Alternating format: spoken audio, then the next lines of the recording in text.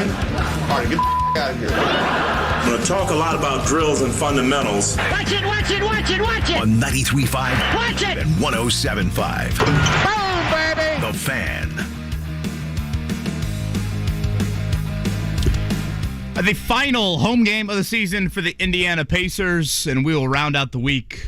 Chat about that and what is about as good of a round one leaderboard as you're going to see at Augusta National. Kevin Bowen, Jake Query, and Marc Dykton on what looks to be a nice stretch of weather upcoming here in the city of Indianapolis. We cannot say the same about Augusta National. It looks pretty dicey down there later today and into tomorrow. We have not had a Monday finish at the Masters since 1983, but if we get a lot of rain, that could be something to look into. Good morning, gentlemen. Good morning. Kevin, have you seen the movie Blow? It's been 20 years or so since it was out. Sure. I'm trying to think of who. Johnny Depp was in it, right? Johnny Depp, Penelope Cruz. Yeah. Oh, yeah. Pretty good movie, right? Yep. Yeah, probably a handful of years ago. Do you remember Pee Wee Herman's in it, too, by the way. But when they... excuse me? What's his laugh? Can you try that again? It's a great effort, Mark. Thank you. Have you done that before? I would be lying. Have you been if a I said Pee Wee no. Herman impersonator for quite some time? Yeah. Okay. There's a scene in the movie where, I hate to say it this way, but they're checking the purity of some drugs, and the one guy says, you know, he like kind of reacts for a second and goes, I can't feel my face. Remember that scene? Yeah. I got the second shingles vaccination yesterday. Uh-huh. And I can't believe that I'm about to give this disclaimer, considering it's, I think, been around for like 75 years. But I respect and understand and appreciate that some people decide to do their own research on vaccines and that kind of thing. I get it. It's a hell of a way to start a Friday. I did my own research and figured out that I would follow the guise of the one person who's actually seen the inside of my heart. Thought, okay, I'll go ahead and get this. The second shot, they say, has some side effects. Guys, I can't feel my face. Like, I came walking in this morning, and I'm like, I think I'm a zombie.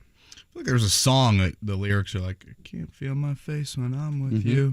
That might be a rejoiner at Yeah, some point today. you know, that might be a good way to... I mean, it's a good-looking start to the morning. Drug-related. I slept under like 19 blankets last night. I got quality sleep and then woke up and felt like I could sleep for 10 more hours. And my whole body kind of aches, but they say that that's supposed to be done in about 12 hours here.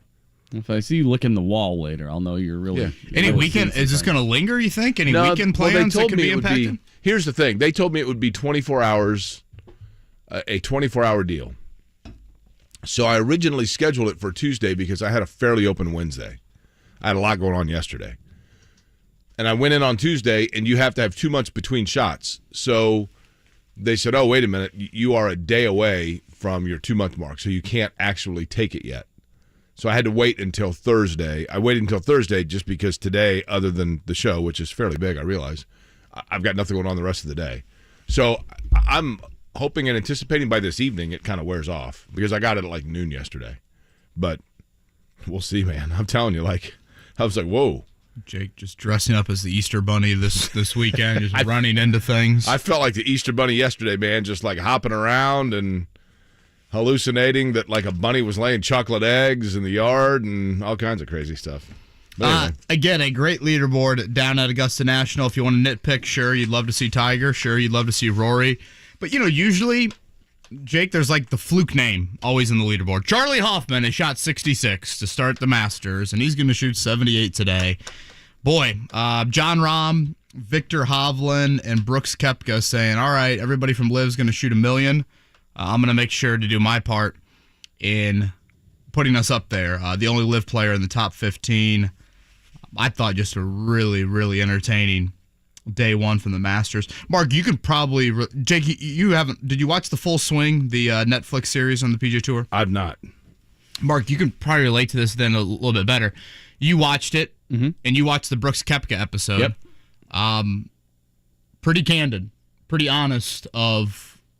He was in some dark moments here in the past year or so. He's pretty likable, right? Or is he not? I wouldn't necessarily say that. I think people respect the fact that in majors and that like that 2018 to 2020 span, you know, not to get down a rabbit hole with his term, but you know, he's a bit of an alpha. and had a run there that you don't see in major championships, but then hit a really dark place. And I honestly thought the Full Swing episode, Mark, probably made people appreciate him a little bit more. Yeah, I think that was one of the more candid episodes where you got like, wow, he's really going through some things. Yeah. With his game. Do you and know the just number one questioning telltale himself. sign that someone's an alpha? They tell you? No, they're the only person that doesn't. That's the number one telltale sign that you're truly an alpha. Oh. Brooks Koepka 7 under 65 yesterday, so 3 guys tied at the top. The defending champion Scotty Scheffler with a 68 and missed 7 birdie putts inside of 15 feet, so that probably lends you to think Scotty Scheffler is going to be in the hunt. Victor Hovland wore one of the worst shirts you'll ever see at the Masters and shot the lowest round of any player ever paired with Tiger Woods at the Masters. 65 for Victor Hovland. It's a great leaderboard. Great leaderboard. Now, I believe at the end of the show yesterday, and this was back when I still had my faculties, I think it was at the very end, you were talking about Tiger, and I said, he'll go 2 over. You were asking about like over under of him, and I said, he'll go 2 over. Now, did he go 2 over? 74 for Tiger yesterday. I mean, truth be told, you probably have like a 1 in 7 chance of getting the exact score right? I mean, it's going to be in a pretty decent window there. Didn't hit it close, short game issues, and now he is on the bad end of the draw. If you look at the forecast today at Augusta National, the guys teeing off in the morning are going to have some pretty calm conditions. The guys teeing off closer to the afternoon, it could get dicey from a wind, temperatures going down, and some rain in the forecast later today and especially into tomorrow. So Mother Nature rearing her ugly head. Couple cool stories on the leaderboard. Sam Bennett, the 5th-year senior at Texas A&M. Sadly, kind of a tragic story surrounding the death of his dad a few years ago. He shoots 68, one of the lowest rounds ever for an amateur. And 63-year-old Fred Couples breaks par in round 1. The sweet swinging Couples shoots 71. I'd like to read you a text that I got from my friend Don at 6:02 this morning. So Don was chomping at the bit, right? Maybe he got the vax also. Let's hear your partner and his excuse for Tiger today. Needs to move on. It is all heart with Tiger at this point. It's not a lot of head in my belief in him. Gosh, you guys went there? Went from swinging Couples to that. I mean, I don't know what's going on Vaccine is definitely getting to Jake early in this morning. There were no financial bets from yours truly on Tiger. I think I said it yesterday. My 2 wins this week, Victor Hovland and Jason Day. So after day 1, yours truly Now, my man Cam Young is up there in the running, right? Is very, very happy. Yeah, Cam Young, he is he's definitely up there. Cam Young, the Major League Baseball sponsor. Rob Manfred, a member at his dad's country club in New York City, just outside New York. Now, there was somebody else who was the one that I had picked, and then I backed away, but he's doing well, so I'm going to pick him again. Who'd you have? You had Hideki. Oh, one of your guys withdrew, right? You had Zalatoris. Nah, no, that was a joke. I knew he was going to withdraw. Sam Burns. Didn't I have Sam Burns? That was it. You backed off of Burns, threw in Zalatoris. Yeah, no. Now, why did Zalatoris back out? Did the game Zaltair tell him to do so? He's had a back issue for quite some time. That's why I liked him. I can relate. So Sam Burns 4 under, but man, 7 under. I mean, that's a legit first day for sure. Yeah, it's the most gettable day. I think when you look at the weather, you look at the conditions, and how things are going to transpire from here. It could be a bit unprecedented from a weather standpoint, but again, just a tremendous leaderboard. 17 straight years. The winner has started round 1 inside of the top 10. So look at your leaderboard. Look at those top 10 names. Those are some pretty good names on that leaderboard. Pretty good shot that your winner's going to come from there. So this fellow, Sandy Lyle, he was 9 over, right? Mark, it's because he didn't wear the... He wasn't wearing suspenders. He kept pulling his pants up. Suspenders. Yeah. It was obvious. I mean, as soon as we saw him on the range, you knew he wasn't breaking 80. Mm-mm. This is a mistake, Sandy. This is a rookie mistake. You're better than that. Yeah, you knew he was not going to break 80. How about John Rahm? He has 4 putts in the first hole, double bogey, and comes back and shoots 7 under. So Sandy Lyle, I'm going to state the obvious for the small percentage of people that may not know this, but you tell me if I'm wrong, Kevin. Sandy Lyle is permitted to run the Master or to play the Masters every year because he won it in '88, right? Correct. Yep. So, like, could Nicholas continue to play it if he wanted to? Sure. Yeah. Tommy Aaron at 90, whatever. Yeah. Yeah, Sandy Lyle, Thanks, Larry brother. Mize is up there. Ian Woosnam, I think, just called it quits a couple years ago. I mean, Tom Watson played for a long, long time and pretty good player. So, yeah, that's one of the unique aspects. You to got to the love it, Masters. right? I mean, for the fact that the guy, sure, go out there and play it, right? Well, what you love about it is, again, look at the people under par. You've got all the big names that you would like to see, but you also have an amateur in Sam Bennett and a 63-year-old in Fred Couples. Right. You got a tea time. Amen to At that that. age. I'm not going to pass up chances to play. Yeah. Augusta I'll National. be back in a couple days, honey. Just going to play the first 2 rounds. Yeah, probably won't be there for the weekend. No. Can you play Augusta National on, like, Golden Tee? I'm not sure if there is a video game associated with it. Yeah, the new PGA. I mean, you can play it, but the new PGA video game, you can do see it. Augusta being like super restrictive on, Yeah, totally. on the That's the rights big to Totally selling agree. point of this year's edition is you can play Augusta. Really? Interesting. Final Pacers home game of the year tonight. It will be Jaden Ivey and the Pistons. Our coverage will begin at 6:30. Kind of forget the Pacers had that, dread of let's spend 3 nights in Detroit earlier this year where they played the Pistons twice in 3 nights. Ivey was out due to COVID for those games, so him against the Pacers has only happened once this year. Benedict Mathurin certainly got the best of him in that first matchup. But that'll be, I think, a fun little way to close out the home schedule tonight. Seeing Jaden Ivey inside of Gainbridge Fieldhouse. Yeah, and did they start the year with Detroit, or it was very early, right? Yeah, very early, Seems like they play Detroit like every other week, which is actually how they've gotten, I don't know if you know this or not. What are they at, 36 wins? I think it's 34 and 46. Okay, yeah, 31 of those against the Pistons. I don't know if you knew that or not. They put all that effort into winning the 30 games for Kevin. They've kind of cashed in at this point. Yeah, They have smart. kind of. You're right. Very smart. But I keep going back to, Kevin, and I know that we're probably broken record on this, but I just think more than other years, the NBA playoffs is just wide open, right? I've never seen it like this. I mean, especially out west. I mean, in the East, I think you could probably 3 pare it teams, down right? to 3, and I think some would make the argument how the Sixers have got to kind of prove it in the postseason for you to really, really believe in them. But the West is just wild. I mean, it still is. When you look at the standings entering the final weekend here of the regular season, you have the Clippers as the 5. They're tied with Golden State right now. A game back of them are the Lakers and the Pelicans, both currently in the play-in. So that's the big deal between, Clippers and Warriors at 5-6 versus Lakers and Pelicans at 7-8. A game behind them, the Timberwolves at 9. A game and a half behind them, the Thunder with the final play-in spot. The Oklahoma City Thunder right now, a half game up on Dallas. So with 3 games to go total in the season, Dallas has 2 games. The Thunder have 1. Dallas has got to win both. The Thunder have to lose for Kyrie Irving, Luka Doncic to make the playoffs, and Shai Gilgeous-Alexander and Josh Giddey to not. That's a pretty wild storyline. When you look at, did you see the guy that Kevin kind of trumped your bet on?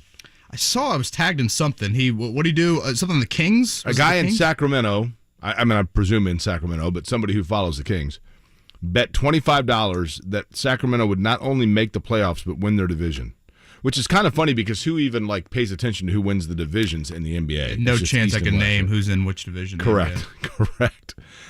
Dude bet $25, cashed in at $10,000. That was the bet for them to win the division. Who is? And there is Golden State. I'm going going to to guess, Mark. What do we do on this program? We educate and entertain. Right. Can you please pull up on ESPN the NBA standings?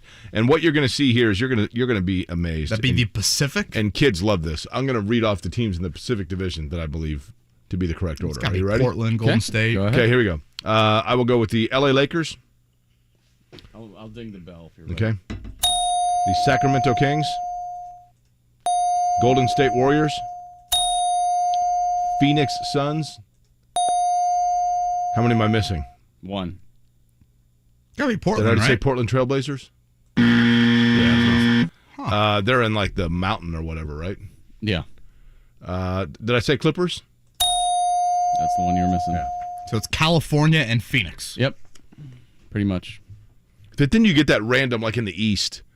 Isn't it like there's somebody that's randomly like in the Southeast, and you're like, what? Like, what division is Toronto in? Well, it's like the NFL. Why are the Colts in the AFC South? Yeah. Toronto's in the Atlantic Division. The Southeast is weird. It's Miami, Atlanta, Washington, Orlando, Charlotte. That's not terrible. I mean, that makes sense when you look at a map. But shouldn't DC be in the Atlantic Division?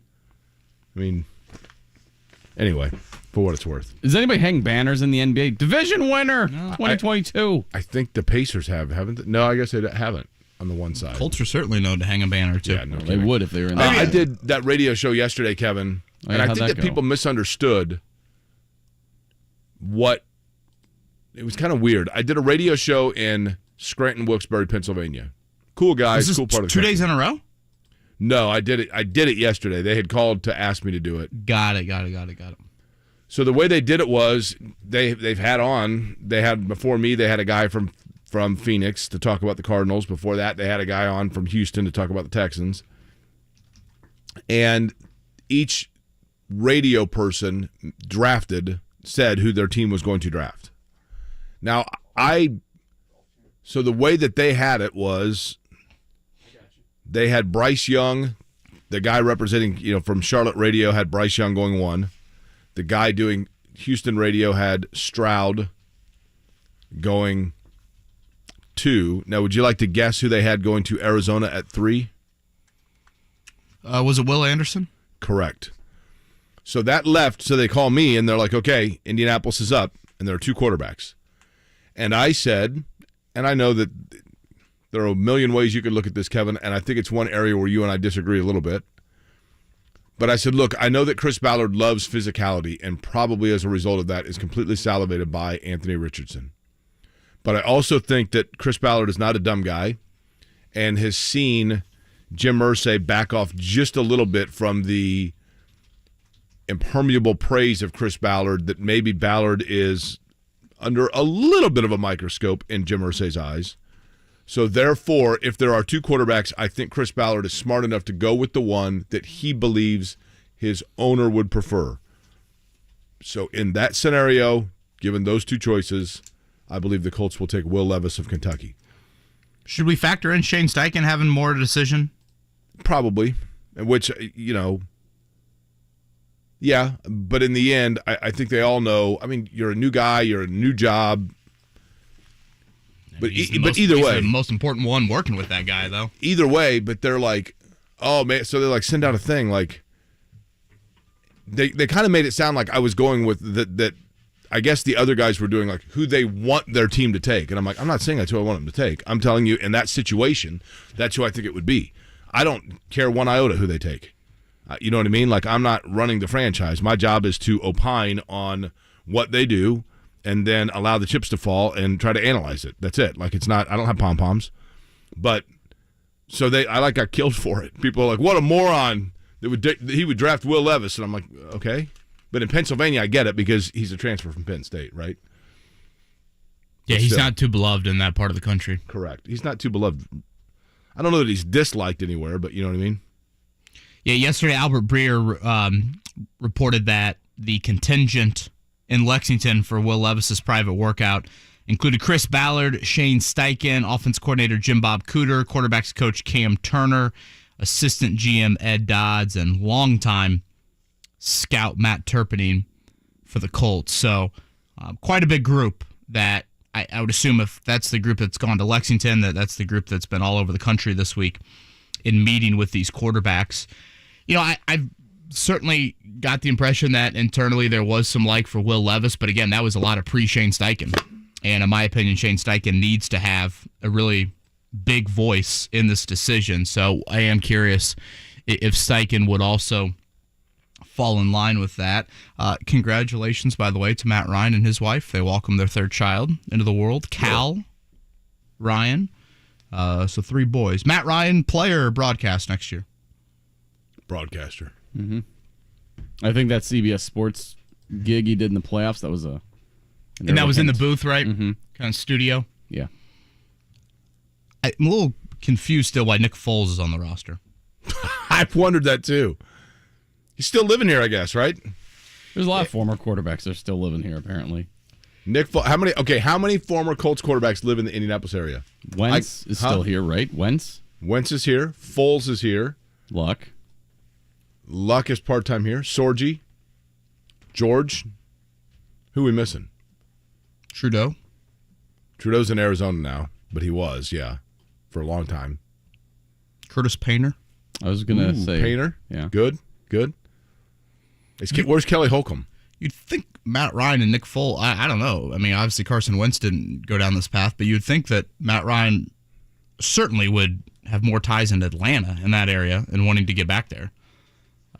Nick Foles, I guess, has never really had a super permanent home in the NFL. But where's he? I mean, didn't he go to Arizona? He did go to Arizona. He started somewhere else, didn't he? Was he a transfer?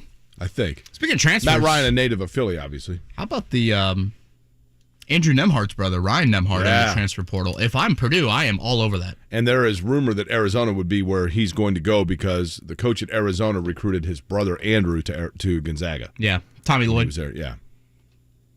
Now, Tommy Lloyd, is that the name of the fella that sells the brake parts in Tommy Boy? What's his last name? Do we know? Boy, the last name doesn't ring a bell there. Let me tell you guys something. And this is what I think, truly, I hope when you drive home you think to yourself, what I'm witnessing is like the Jordan flu game. Like, I come in here and literally, I'm knocking on death's door. I mean, I fist bumped the Grim Reaper on the way into work this morning. He was hanging out on Capitol, and I just gave him a wave. I got that shingles vaccine, and I'm walking around in just a complete fog and haze, and yet I come in here and just, you wouldn't even know it, right? It's just like as fluid as the water just rolling down Williams Creek. Do you guys not think to yourself, no, that's impressive, isn't it? If I'm Matt Painter, I am trying to make some sort of Andrew Nemhard or Ryan Nemhard pitch to get him to West Lafayette. Okay. All right. I don't know if that would be possible.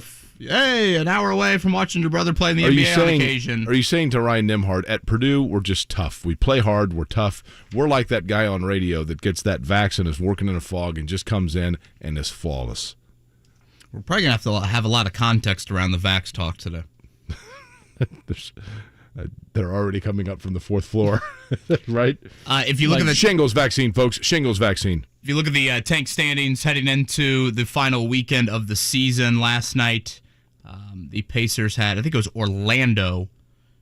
They lost. So right now, if you look at the order, you have the Pacers, the Magic, and the Jazz all tied 6, 7, and 8. Portland is a game up on them. Mark Herman. How could we forget Mark Herman?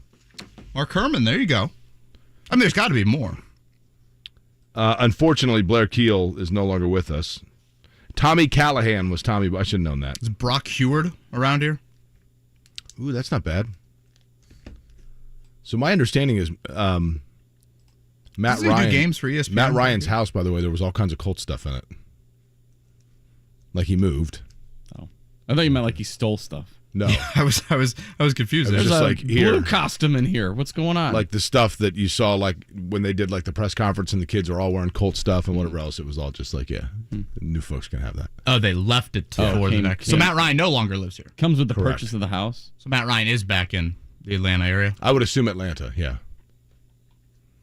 If you could live, I don't know if he'd be very good, honestly, in studio. To be honest, I don't think he'd be very good. I think he's a very likable and nice guy. Super nice, likable guy. But he's not an overly gregarious personality, right? You need to be a little bit more, I'm going to walk out on the ledge.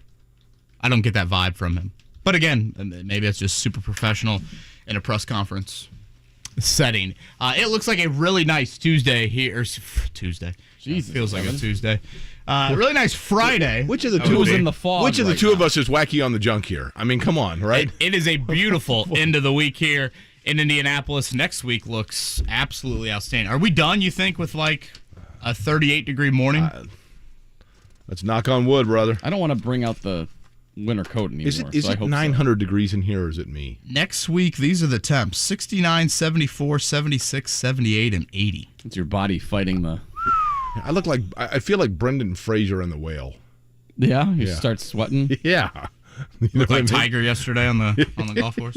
I saw the Texas A&M kid Sam Bennett shoot 68 yesterday. I was really hoping Buzz Williams was going to be his caddy.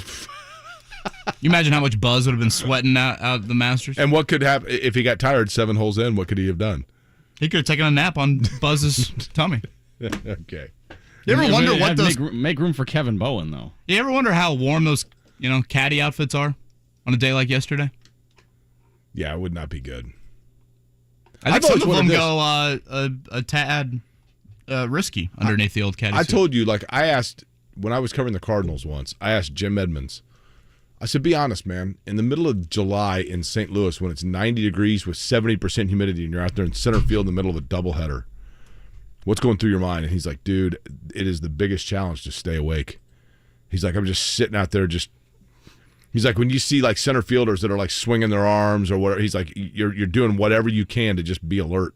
Every 8-year-old right fielder can empathize with Jim Edmonds. Yeah, just picking grass out here. Totally. David, pay attention. Totally. Can we get a Pee Wee Herman again from you? You just said the magic word. That's impressive. Did you watch a lot of him, Mark? Huh? Yeah, of course. Did you go to the Alamo? No. Well, he went to the Alamo. I didn't know I passed it by. I said, where's the Did you Alamo? ever go to They the said, private turn club around. of the I was Satan's like, Helpers? Huh? Did you ever go to the private club of the Satan's Helpers? No. It's off limits. I feel like who could do a nice Pee Wee Herman is Greg Rakestraw. You think? We can ask him. He joins us 8 at o'clock. 8. Sean Kelley, is that correct, Mark? Yep, voice of the Florida Gators. Can we get some insight into 8:30. Anthony Richardson? Sean Kelley. So earlier in the week, we had Dick Gabriel on with the Kentucky Radio Network to talk about Will Levis. Sean Kelley going to join us coming up at 8:30 to chat a little bit about Anthony Richardson. I think something to hit on today in regards to Colts quarterback, the debate Richardson-Levis. I think so much of it can boil down to what traits do they lack, and is that trait teachable? What do they lack? Is it teachable? If you feel like it is, you're obviously going to feel pretty confident making that person the pick. We'll get into that a little bit later. Again, it's a loopy Jake query here. That's right. On a Friday. That's right. Kevin Bowen, Mark Dykton, and Jake here. 93.5, 107.5, The Fan.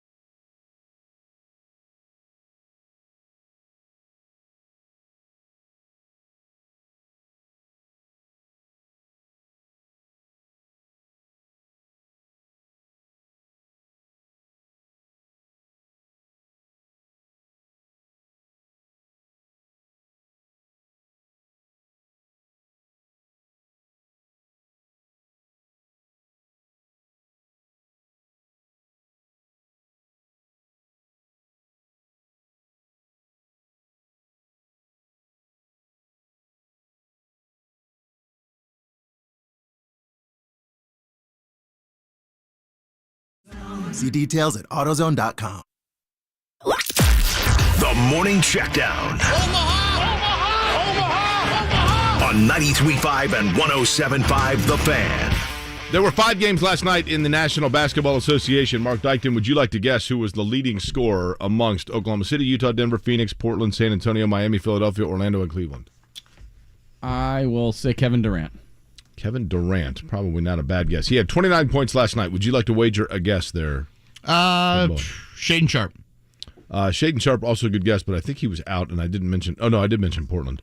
It appears as though the winner is in fact Mark Dykton. Heyo. 29 points for Kevin Durant last night. 25 for Chris Paul. Suns over the Nuggets, 119-115. Games tonight: the Pistons and the Pacers. 7 o'clock tip. Things getting underway with Mark and Pat and the boys at 6:30 right here on this radio station. Pistons coming in with an 11-game losing streak. The Pacers coming in with a 2-game losing streak. Both will bring pillows for the pillow fight. Right. Pistons won like once in the last 2 months or something. They've won like 16 games total on the year. Apparently, no, Kevin Durant was not the high man yesterday. Bruce Brown. Oh, sorry, Nuggets Bruce Brown had 31. Sorry, darn it. I meant to pick him up on my fantasy team. So Webb and Yama to the Pistons?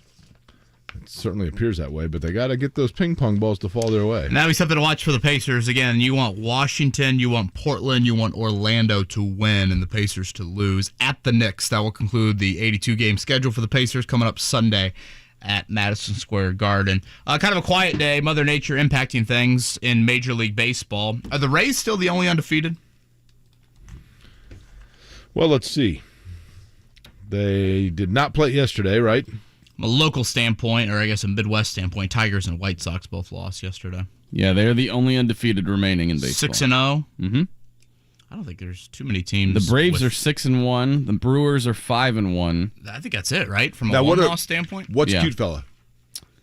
The Orioles are 3-3. Okay, Diamondbacks. Diamondbacks are 3-4. Okay, and the Athletics. The Athletics are 2-4. Well. Yeah, the Diamondbacks. Tall boys. Diamondbacks have a tough weekend against the Dodgers, so not ideal. Indians, by the way, Indianapolis Indians sweeping Louisville and the Bats. Not sure how Buddy's Buddy reacted to that. 5-3 and 1-0 yesterday down. First wins of the season, right? Yep. Good for them, right? Looking ahead today, they're actually already teeing off down at Augusta National with Mother Nature looking a bit ugly this afternoon. They've bumped up tee times by a half hour. You won't really see any big names tee off here in the first hour or so. I guess Brooks Koepka would be the earliest one, though. He is off in the 8 o'clock hour. Jason Day, who shot 5 under yesterday, coming up at 9 o'clock. But John Rahm, Victor Hovland, Cameron Young, all of them later, and that's when the weather is supposed to be a bit uglier. Tiger Woods, a pretty poor first round for him. He shoots 2 over. That is probably a shot outside the cut line right now, so we'll see if Tiger can continue 22 straight made cuts as a professional. He's never missed a cut as a professional. I guess he had one shot where he, and this has happened, Kevin, and maybe you wouldn't notice it under normal circumstances, but there was one shot that he had yesterday where he had to kind of, juxtapose his body a little bit and lean heavily on one of the legs that is still giving him, that is not back to 100%. And, those little circumstances are the things that he is still, obviously, he knows how to golf, but the body's got to be, you know what I mean, in line with what you want to do, and his has kind of failed him at this point, right? Yeah, I'd say that's a pretty accurate way to put it. Probably the most disappointing round yesterday, considering all of the big names really played well, would be Rory McIlroy. He is sitting there at, is it 1 over par for Rory on day one? Or he get back to even? He got back to even par. So we'll see if Rory can make up, again, weather-wise tomorrow. Really dicey at Augusta. We have not had a Monday finish at the Masters since 1983, so we'll see if things get postponed at all coming up this weekend. All right, voice of the Florida Gators, that would be Sean Kelley. He's going to join us at 8:30 to talk more about Anthony Richardson. The Colts reportedly in Lexington yesterday with a big contingent to work out Will Levis and their offseason program. The Colts will begin on Monday. That is Shane Steichen welcoming in the 2023 roster for now to the building for some off-season work, so we'll chat about that throughout the show as well. Kevin Bowen, Jake Query, Mark Dykton on what looks to be a really nice Friday here in Indianapolis.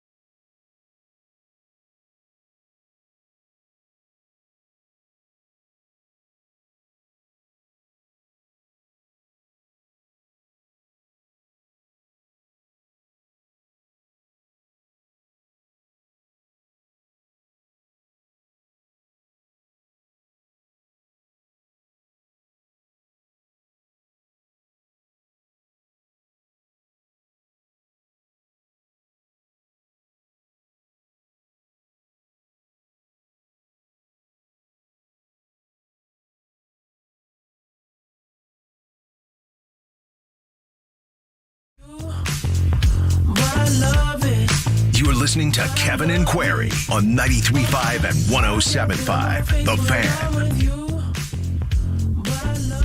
All right, good Friday morning to you. Been a great looking day outside, and I don't recall Easter weather being as promising as it's looking in a while. High of 66 on Sunday. Do you wear a seersucker suit on Bunny's going to be just hopping. I do not know. How can you? Sears is out of business. Now, where's the button when I need I it? would say if you're buying a suit from Sears, you're a Sears sucker. That reentry song, courtesy of... In my opinion, I'll that do it for sucks. myself. Jake Query's feeling right now. Yeah, I'm Got vaxxed up? the shingles vaccination, which you have to get at 50, and it is 2 shots 2 months apart from one another. And I went on Tuesday, and they said, well, you're not eligible yet until Wednesday for your 2-month mark between shots. And I'm like, oh, okay. But I had a slammed Thursday, so I didn't want to do it on Wednesday. So I did it yesterday, and I was all good. We went to Roots for dinner last night. It was really good. And Love the popcorn. oh, yeah, it's great. And the place was packed. My buddy Josh, who brought his son in here, was in there. It was cool. And then, I don't know, probably I went to bed. I got super fatigued. And about 10 o'clock, I went to bed. And about 3, I woke up and wondered, I felt like Nicholson at the end of The Shining. And I literally, basically tortilled myself. And then with blankets, and woke up this morning and took the first step, and I was like, oh my gosh, I can't feel my face. And my whole body's just numb. So I'm just in a fog. But I'm committed to you guys. That's the kind of, I'm bookending the week with showing my complete commitment and love for both of you. My desires. Why not just do it after the show on Friday? What's that? That would make too much sense, Kevin. Why not just do it after the show on Friday? I know. I thought about that. I didn't, truthfully, and that's a fair point.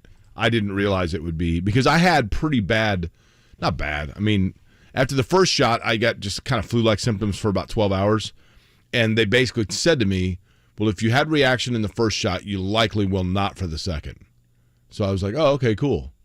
And then that appears to not be accurate. We'll get more into Anthony Richardson coming up at 8:30. Sean Kelley, the voice of the Florida Gators, going to join us.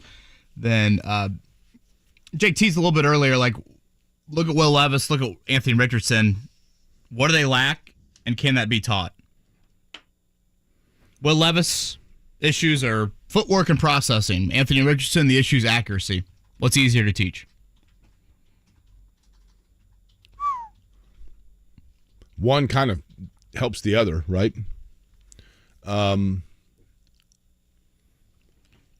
I think accuracy is probably, I don't know, though. Is accuracy a matter of movement of arm, or is it a matter of timing?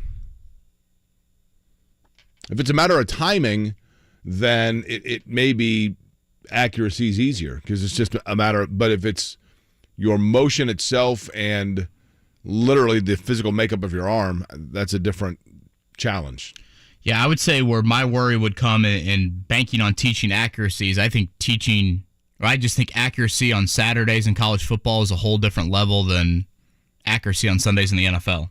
And not in it's harder on Saturdays than it is on Sundays. It's obviously more difficult to fit balls into windows in the professional level than it is college-wise. Not to say that, correcting footwork and making sure those reps carry into games and, being a guy that can kind of throw people open isn't difficult either. The Will Levis aspect is difficult, but I think it's harder to teach accuracy. I'm old enough to remember when, Peyton Manning, people kind of complained about his footwork, right? Oh, he's got happy feet, and look how his feet move, and obviously, I don't know that he ever got rid of that. I think we just eventually got used to it and didn't critique it. You know what I mean? By the way, we're wearing almost identical shirts today. I noticed that. Yeah. Yeah, I need to shed this one partially because I'm sweating bullets over here. You guys are such good friends now. You're just coordinating. I texted him last night. Said, "Hey, let's end the week on a high note." He texted me at 10:15. Unfortunately, I was already in bed asleep. The one time that ever happens, right? You gonna go heavy nap today? You kidding me? It's a day that ends in Y. I'm basically going to hibernate today. Any storyline that you like from yesterday at Augusta? Or interesting? I'd say the one for me is certainly what Koepka did. I do think that Kevin, I think the live golfers, the live thing to me is of interest because... Which I think is really important for golf. Right. You got to draw in the Jake queries. I think it's important for Liv, too. They need a good showing. But the drama of it. And maybe it's because, Kevin, I can relate to with the split that we talked about. IRL kart for those not listening. The auto racing split. The Live golf, it's not the fact that I'm interested in the golfers that took the money and went to Live. I totally understand why they did. I get that there's controversy around that because of the origin of Saudi money and but that's a whole different talk show.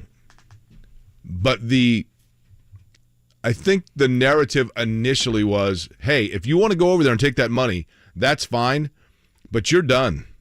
You are dead to us.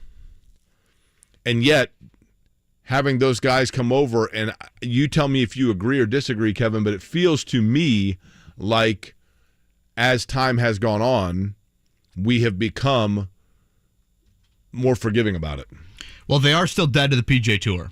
I get it. And I guess that's something but to not probably to fans is clarify. what I'm getting at. You know, each of these majors, the Masters, then the U.S. Open, all right, now the order's changed. The Masters, the PGA Championship, the U.S. Open, the British Open, all 4 of those majors are run by 4 separate governing bodies. It's very confusing. I hate that golf has to operate like that, but it's just how they do. And the 4 majors are welcoming in the players that have already qualified via LIV. They want the best fields, which I guess I understand that aspect of it. And then all the other tournaments put on by the PGA Tour. Mark, to your point, LIV needs this. Is this what LIV needs? Only one guy in the top 15, but that one guy is leading? I mean, I think they would tied for the lead. They would obviously like more guys leading, but I think you need to have someone in the field in the hunt. Like if Koepka wins on Sunday, but no one else from LIV finishes in the top 20, is that a good week for LIV? I'd say so, because I mean, if they don't have anybody, if no one's in the hunt, everybody's kind of like, okay, these guys are making their paychecks, but clearly their game has dropped off. We talked to Will Haskett earlier this week, and he said Dustin Johnson's been a shell of himself. So, I mean, the quality of play has gone down, and you just signed this TV deal with CW, so you'd like some eyes to start tuning in. Like, hey, the Masters winner, or the guy who finished runner-up, he's playing over here. Check him out. Yeah. And again, I think if there's anybody on LIV that could kind of handle whatever, all this pressure, all this outside noise, and say, kind of watch this, it would be Brooks Koepka. So he's tied for the lead with Jon Rahm and Viktor Hovland, all 3 at 7 under. Jon Rahm had 4 putts on the first hole yesterday, made a double bogey, and played his last 17 and 9 under. He looked pretty, at the end of his round, he looked like a guy that was like, let's go. Like he was ready to go play another 18. I guess who wouldn't be at that point? That right? was pretty, that's a good way to put it. That was pretty flawless by Rahm after that first hole. A lot of people, I think, thought he was just going to blow up from there, and he did not. Have you seen this Sam Bennett dude from Texas A&M? He looks like Dabo Swinney. Really? Do you like Dabo Swinney? He's a bit too much for me. In what way? I always feel like he's preaching at me. Okay. You a fan? I do like him. I mean, the team that I root for has won 2 national championships with him as the head coach, so you know what I mean. But I can see how he would grade on people for certain. I'm looking him up right now. Mr. Bennett? Yeah, a little bit. I can see it. He looks a little bit like Johnny Manziel, too. Maybe that's because he's wearing an A&M shirt here. But yeah, 5th-year senior. Again, father passed away a couple years ago. Pretty impressive round from him yesterday, shooting 68 as an amateur. We talked a little bit earlier in the week. This is kind of on a different subject about UConn, Jake winning the national title, et cetera, et cetera. Some people, all right, let's compare the Danny Hurley start to Mike Woodson. I didn't realize that IU and UConn could be playing against each other next year. Correct. They are playing. I thought they already definitively are, right? Well, there's 4 teams in the Empire Classic. Right. 2 games. Have they slotted a bracket, or have they made a bracket yet? The 4 teams are Louisville, Indiana, Texas, and UConn. Louisville's interesting to be in there because... Wouldn't you just have IU play Louisville, Texas play UConn, and then winners and losers play? Probably. It's interesting to me when people are like, is Louisville still a blue blood? Clearly they are, because they're able to get in something like that with 6 wins or whatever they had, right? I mean, that's kind of the telltale. I think, to be fair, I think they announced it before this year. But I thought it was announced a couple of weeks ago, to be honest with you. Was it?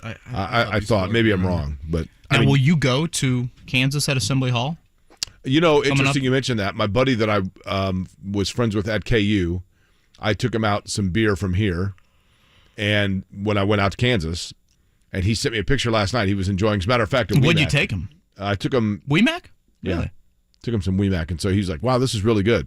And I said, "Well, you can have some of it in the tap room when you come out here for Kansas at Indiana." And he was like, "Sounds good." So I would say yes. Mid-December, coming up this season. I love those games. There's nothing like 2 weeks before Christmas, college basketball, big time games like that. Indiana, Kentucky, Kansas. I like the on-campus feel to them totally. as well. It's great. I know Indiana, Arizona was probably a pretty joyous event for some Hoosier fans going out to Vegas for that one, but I'm more of a give me those atmospheres on campus. Here's a question for you, Kevin, about the Masters. And we'll talk. Greg Rakestraw going to join us here coming up just a couple of minutes. Phil Mickelson had a nice opening round, by the way. I know I hate him, but he had a nice opening round. Seems like a nice fella. Just way too much. Thinks he's running the show out there. What else do I have in common with him? So, Juan Montoya, this wasn't told to me by Juan Montoya, but rather by someone who worked very closely with him at his race team. When Juan Montoya won his first Indianapolis 500 and dominated, he led 167 of 200 laps in 2000 as a rookie. And after the race, one of the executives for Ganassi Racing was like, "Can you believe that you won the Indy 500?" And he said, "Well, yeah, because it happened exactly as I saw it." And he said, "What do you mean?" And he said, "Well, before any big race like that, I basically almost meditate for like 2 hours, and I run the race in my head for all 200 laps. And I witness, I think I've told the story before that Montoya, when he first came to the Indianapolis Motor Speedway, he'd never been here before. He was getting a seat fitting at Ganassi. He took like the hour lunch break to go to the Speedway in late February, early March. There was snow on the ground. He bought a bus ticket to take the lap around the track. Got done. He was the only person on the bus and said to the bus driver, "Can you do one more lap, but this time can I sit up and crouch down next to you?" And the driver's like, "Okay." And he goes, "But drive on the outside close to the wall." And Montoya crouched down and looked at the angles of the track on the bus lap. And then told members of Ganassi that he envisioned the 200 laps of how the track would change and the different lines that he could use based on his memorization of the pattern of the track. That's some fascinating artwork. Do you think there are golfers that do that with the Masters? Oh, certainly. Like from a visualization standpoint? Correct. Like, do you think Tiger Woods sits down and plots out in his mind the angles of every hole because he's been there so many times? Yeah, I mean, I think a big part of your prep would be to try and mimic or replicate some of the shots that you will have there in your own practice. Now, it's difficult to do because I would say the undulation is one of the more unique things about Augusta, and it's hard to simulate that depending on where you are in the country. But yeah, I mean, even from just a pre-shot routine standpoint, like I know a guy that always is closing his eyes before shots is Jason Day. He closes his eyes and obviously is visualizing something for several seconds before hitting. Yeah, I don't think you're getting a lot of Happy Gilmores out there. I'd venture to guess that is a big, big part of. What about Bob Barker? Prep and not only physical prep, but certainly mental prep as well. The gold jacket, right? And Happy Gilmore? Yeah, Bob Barker actually probably making sure that Happy Gilmore was playing with pen seekers. We know that from yesterday, right? Looked like Tiger was hitting balls with pen seekers yesterday. Probably. Not a lot of shots close to the hole for Tiger That of Woods. which they were seeking was not being hit. Again, 2 over par for him, tied for 54th. Shot right now outside of the cut line. Brooks Koepka gets underway here in about 20 minutes. For those teeing off early this morning, that would be Koepka, that'd be Jason Day, Gary Woodland, even Scotty Scheffler at 10 o'clock. That is a very promising draw. Do you guys want to rethink any picks? I believe, Mark, you were Rory. I was Rory. I've got money there. No, I will stick with Well, the one fella that I picked that went home is probably not going to do Zalatoris, right? You'd like a redo? Anybody you want to... I'll put Burns back in there. Okay, Burns shot 4 under. Okay. So I got Burns, I got the young fella, and then Matsuyama, right? Yes, correct. And again, if you look at past champions, 17 straight years, the winner has come from the top 10 after day one. That group right now, Victor Hovland, John Rahm, Jason Day, Cameron Young, Gary Woodland, Scotty Scheffler, Sam Bennett, the amateur, Dabo, Sam Burns, Shane Lowry, Xander Schauffele, and the always well-groomed Adam Scott. Always well-groomed Adam Scott. That's like me. Good-looking fella. Well, again, 2 for 2. He's got 2 first names. I've got 2 things in common with him. How happy do you think the Carmel moms are that Fred Couples shot 1 under? I don't know. They're still sweating out whether or not they can get their kids front row tickets to the Warriors game. It's Jake Query. I'm Kevin Bowe and Marc Dykton. Greg Rakestraw joins us next.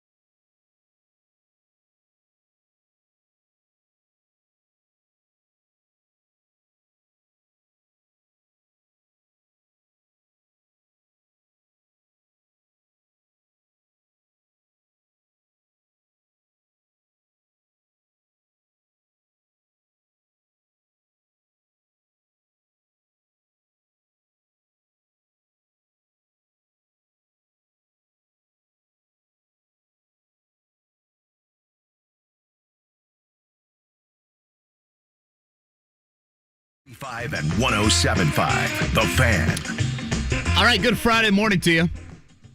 Looks to be a beautiful weekend here, and next week looks really promising as well. I'm always curious, like post-basketball season. I know the schedule's pretty filled, but what is the schedule for Greg Rakestraw now that the high school basketball season has ended? I know some Indy 11s certainly on the docket. Rake, what does the April-May-ish schedule look like for you? All right, so this week was a college softball doubleheader on Tuesday, was attending the Indy 11 U.S. Open Cup match, not broadcasting it, so having a couple of Heinekens during the game on Wednesday. Were you in the battalion?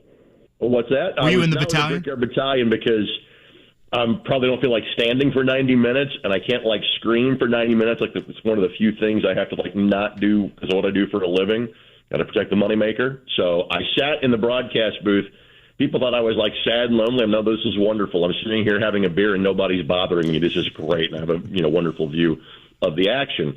College baseball last night, college softball this afternoon, high school softball tomorrow morning, and then Indy 11 tomorrow night. You bring up college baseball. Is it Max Clark? Is that right, from Franklin? Is he still supposed to be number one pick, top 5 pick coming up? Number one pick or going to Vanderbilt, and he has his options. The high school baseball season is just a couple of weeks old at this point. But yes, this state has the number one prospect in both high school baseball and high school softball in the country. That's wild. Which is interesting, Greg, because, and maybe you can expand on this. Both Southsiders. We live in a world now where athletes are more on the radar because of the internet, obviously, and the different web pages dedicated to it. But it does feel to me like Indiana has had a rise in top-level talent coming out. I mean, aside from just Brownsburg. Is there something specifically that has led to that, or is it strictly that we have a better means of being able to track it? I think it's a combination of those two things. I mean, you've got the general population increase and influx here in central Indiana. Even though it's not a year-round baseball state in terms of weather, it is very much a year-round baseball state in terms of training. You've got great facilities, great teachers, former players that live in the area. And maybe, I know this is the case in Clark's case, he played football this past fall. Maybe you actually get the benefit of not having overusage injuries because you kind of have to take a break, during certain parts of the year. So I'm sure it's a variety of factors, but Indiana's always been a better baseball state people give it credit for. Is it ever going to supplant basketball in the state? Of course not. Is it what high school football in the state is? Probably not. But you look historically, there are usually guys from Indiana that go significantly high in the MLB draft every year.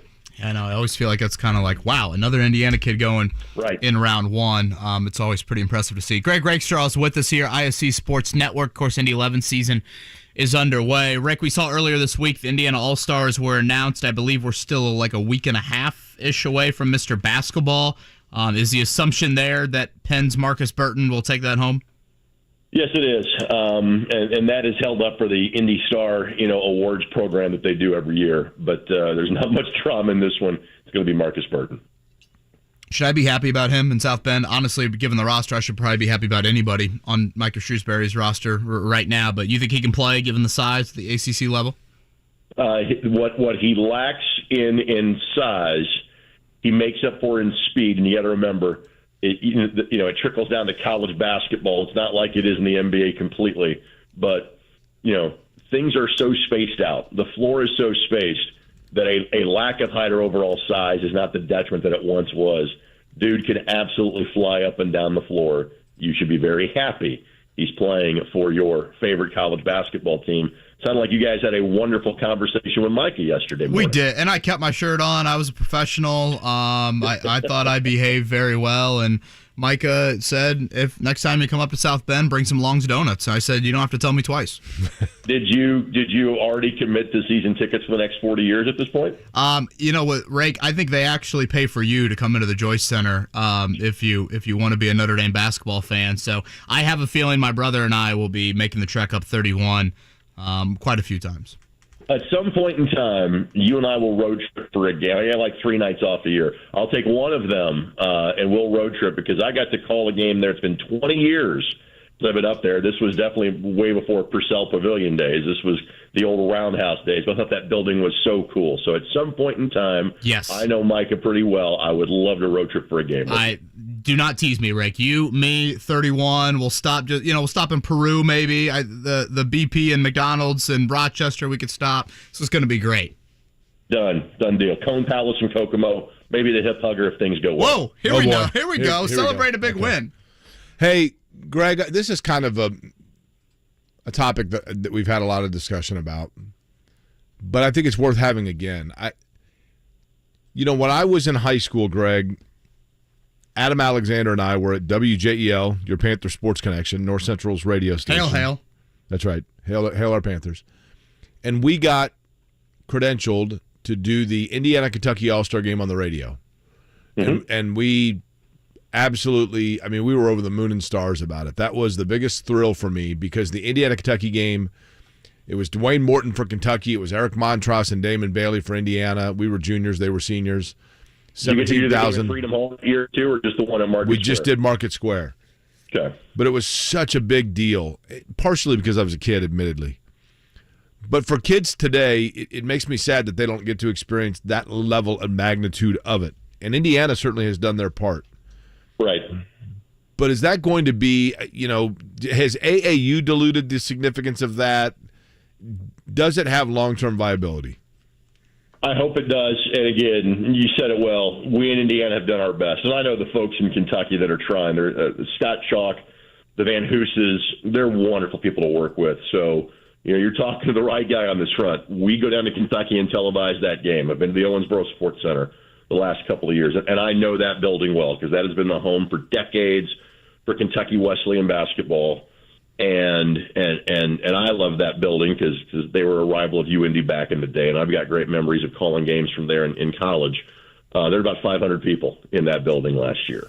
Indiana is taking it back to Gainbridge Fieldhouse. Mike Broughton is doing everything he can. They are adding futures games for both the boys and girls from Indiana. So on June 10th, there's 4 games that day at Gainbridge Fieldhouse. I think it is still a big deal to make the All-Star team and play for the All-Star team. And being able to bring the game back for the first time since 2019 to an NBA arena, that makes it a massive deal for the kids. The qualification process in Kentucky is a little bit different than it is in Indiana.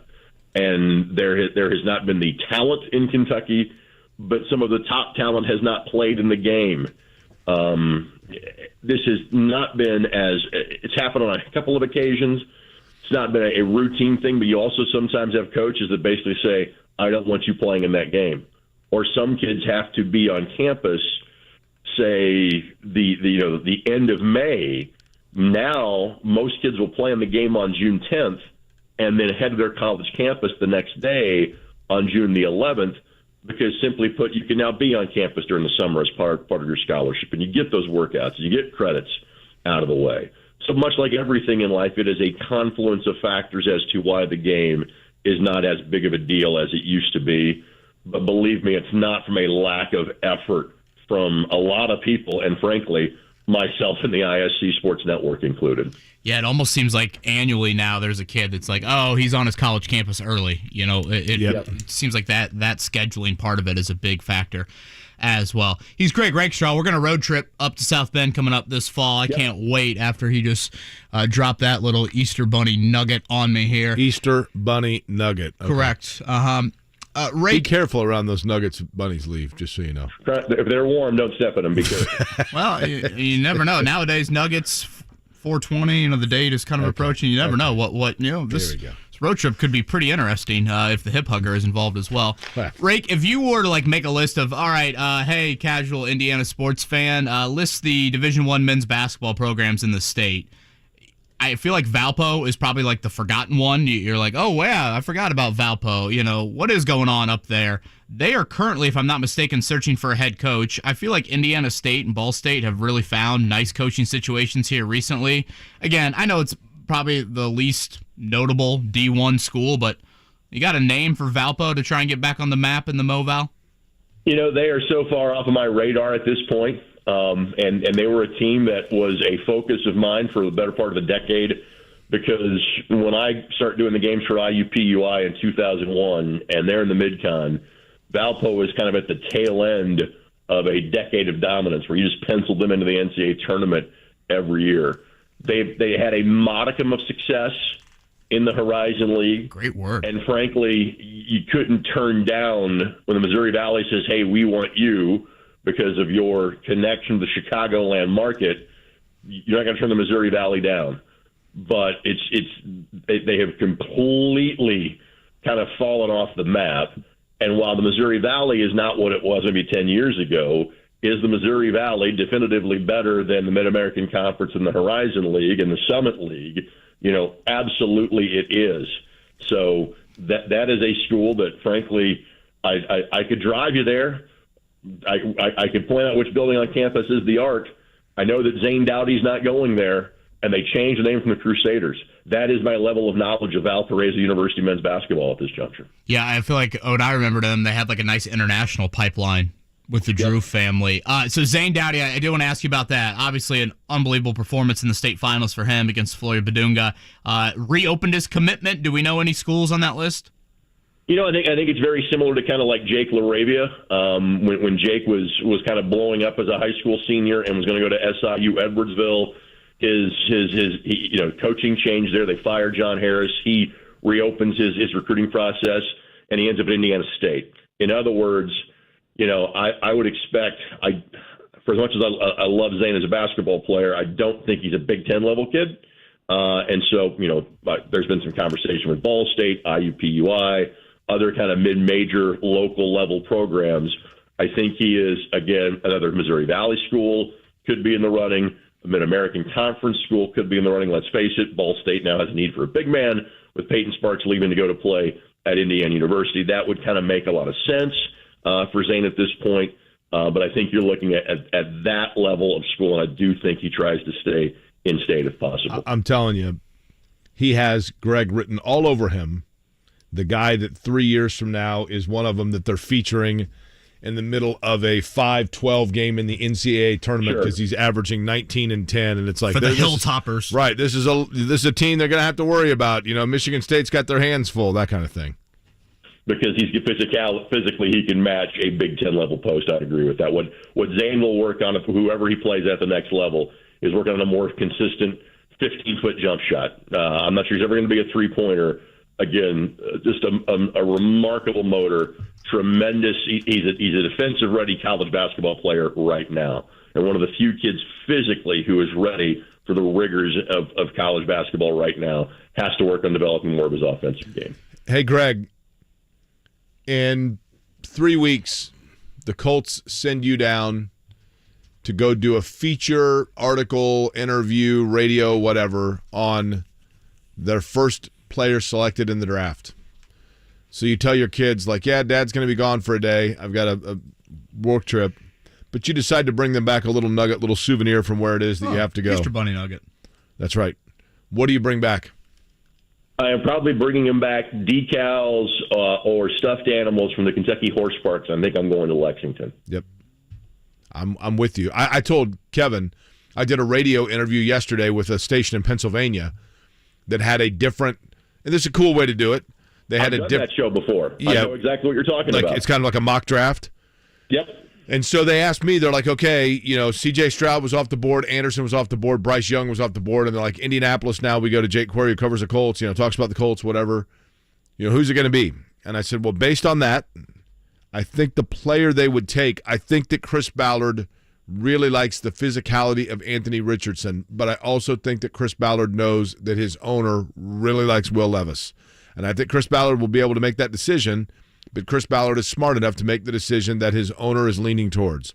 So I think it's Will Levis.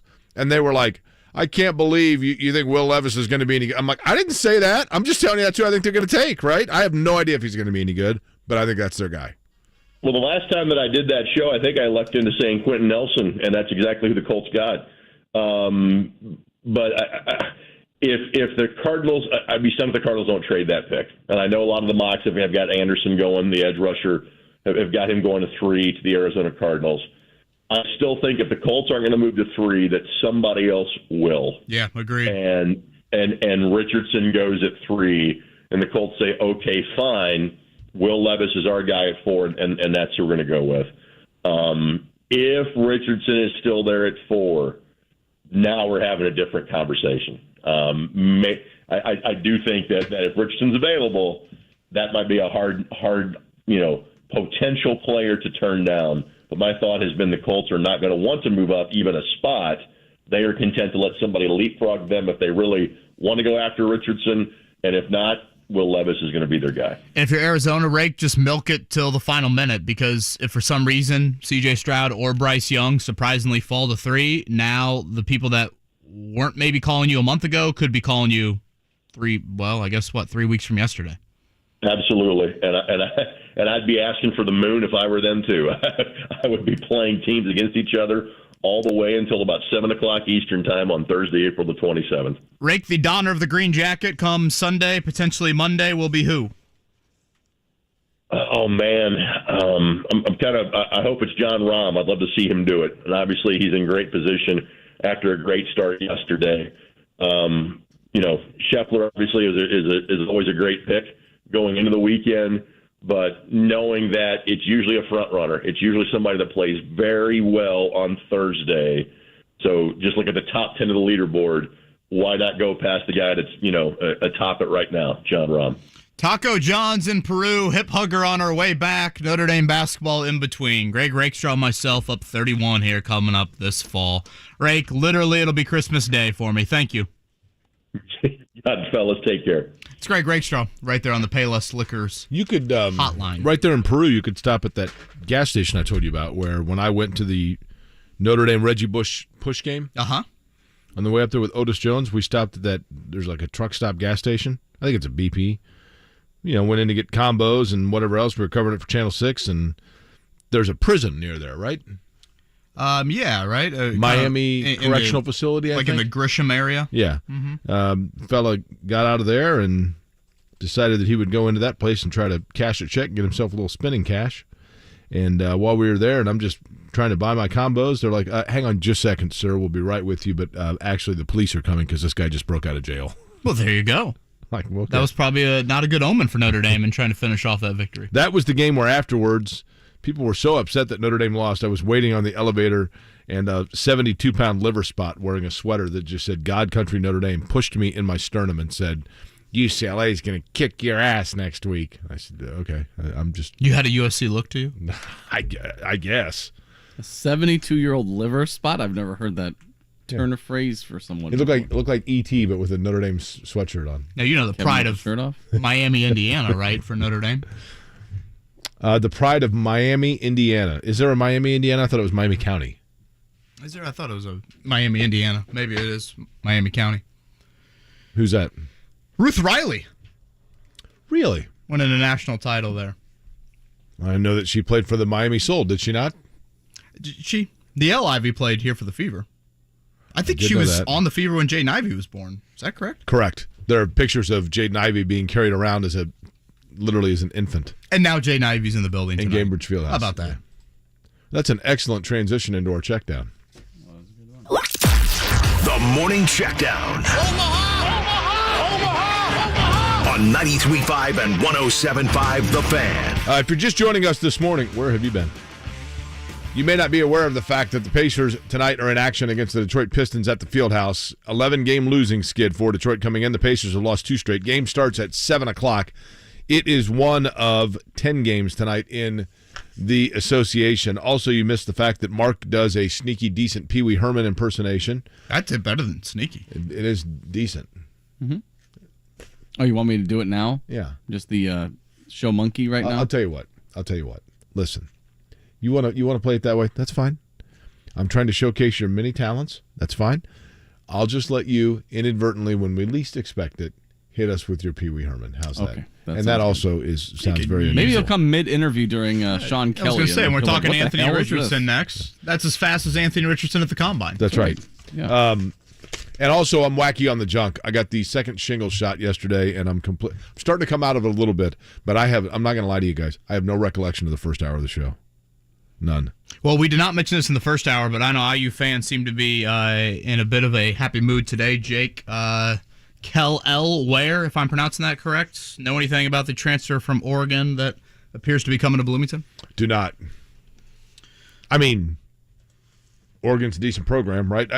Very highly rated recruit last year. Pretty consensus 5-star. Big fella, had a great start to his season in the non-conference. Played really well against UConn and Michigan State, but then tapered off big time throughout the Pac-12 schedule. He is visiting Indiana, right? Yeah. I think visited or visiting, maybe still, but I think IU fans believe that his commitment is imminent. Obviously, front court minutes to be had in Bloomington. Tall, skinny, skilled. Didn't really have a whole lot of production outside of that 3-game stretch there against UConn. He's an Arkansas native, right? And kind of he's like a shorter Victor Wembanyama in terms of what he looks like. But throw that on Pigs. And I get it. I get why Indiana fans, it beats the alternative. I get it. But I also think that Indiana at some point needs to establish itself as the kind of program where they have solidarity of roster instead of constant turnover from one to the next and waiting and hoping and pinning everything on a guy that was a retread from elsewhere. You know what I mean? Portal help a lot. That is what Mike Woodson in this offseason is all about. Major League Baseball yesterday, kind of a quiet day on the diamond. A lot of Mother Nature, postponements, cancellations, etc. The Tampa Bay Rays, they are the only undefeated team left here as we are a week into the season. Reds and Phillies coming up. Mark, who the Cubs got this weekend? I don't even remember. I thought it was the Rangers, I think. What kind of fan are you? I don't remember. By the way, since you're having trouble remembering You are right, Mark. The first hour, Jake, whenever you want to pay me that $50, totally fine. No pressure. No rush. Okay. Am I seeing this right? The Pacers are favored by 6.5 tonight? They should be. The three of us with Tony Katz and JMV would be like a pick 'em with Detroit, right? I'd say so. Gosh, they've won one game since February. They won 2 games in February. They are horrific, the Pistons. There you go. There it is. Masters round 2 is underway. Brooks Koepka, one of the 3 co-leaders, just missed the green at the opening hole to start day 2. John Rahm, Victor Hovland, Brooks Koepka, all 3 shooting 7 under par, 65s. Roy McIlroy struggled on day 1, as did Tiger Woods. Mother Nature, a big storyline here later this afternoon, especially into tomorrow. We'll see how often, how long the delays are, and if we have to go to a Monday finish. 1983, the last Monday finish. Really? Now, can I guess who won it in 1983? Ooh, I think you'll get this. Fuzzy Zeller. Gosh, you're close. Hold on. Think about one of the co-leaders. Tom Watson. Think about one of the co-leaders right now. Who'd you say the co-leaders are? Victor Hovland, Brooks Koepka, and Jonathan Rahm. That doesn't help me. John Rahm yesterday 4-putted the first hole, and afterwards he quoted the most famous golfer from his home country and said, I miss, I make. The 1983 winner, Seve Ballesteros. I can't believe I didn't say that because he's been like my running gag. Didn't I say yesterday I asked what Seve Ballesteros is doing? I know, I feel like you have mentioned Seve. Totally. He and Chichi Rodriguez. Chichi would do the...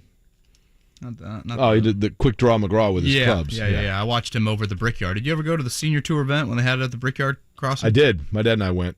I've also been to Chi-Chi's. The prices for the Brickyard Crossing golf course nowadays is outrageous. Is it really? I believe I saw online $200. Yeah, I mean, come on. Cool experience. Very fortunate to play a high school match there during the week leading to the race. Did you ever each eat at year. Chi-Chi's?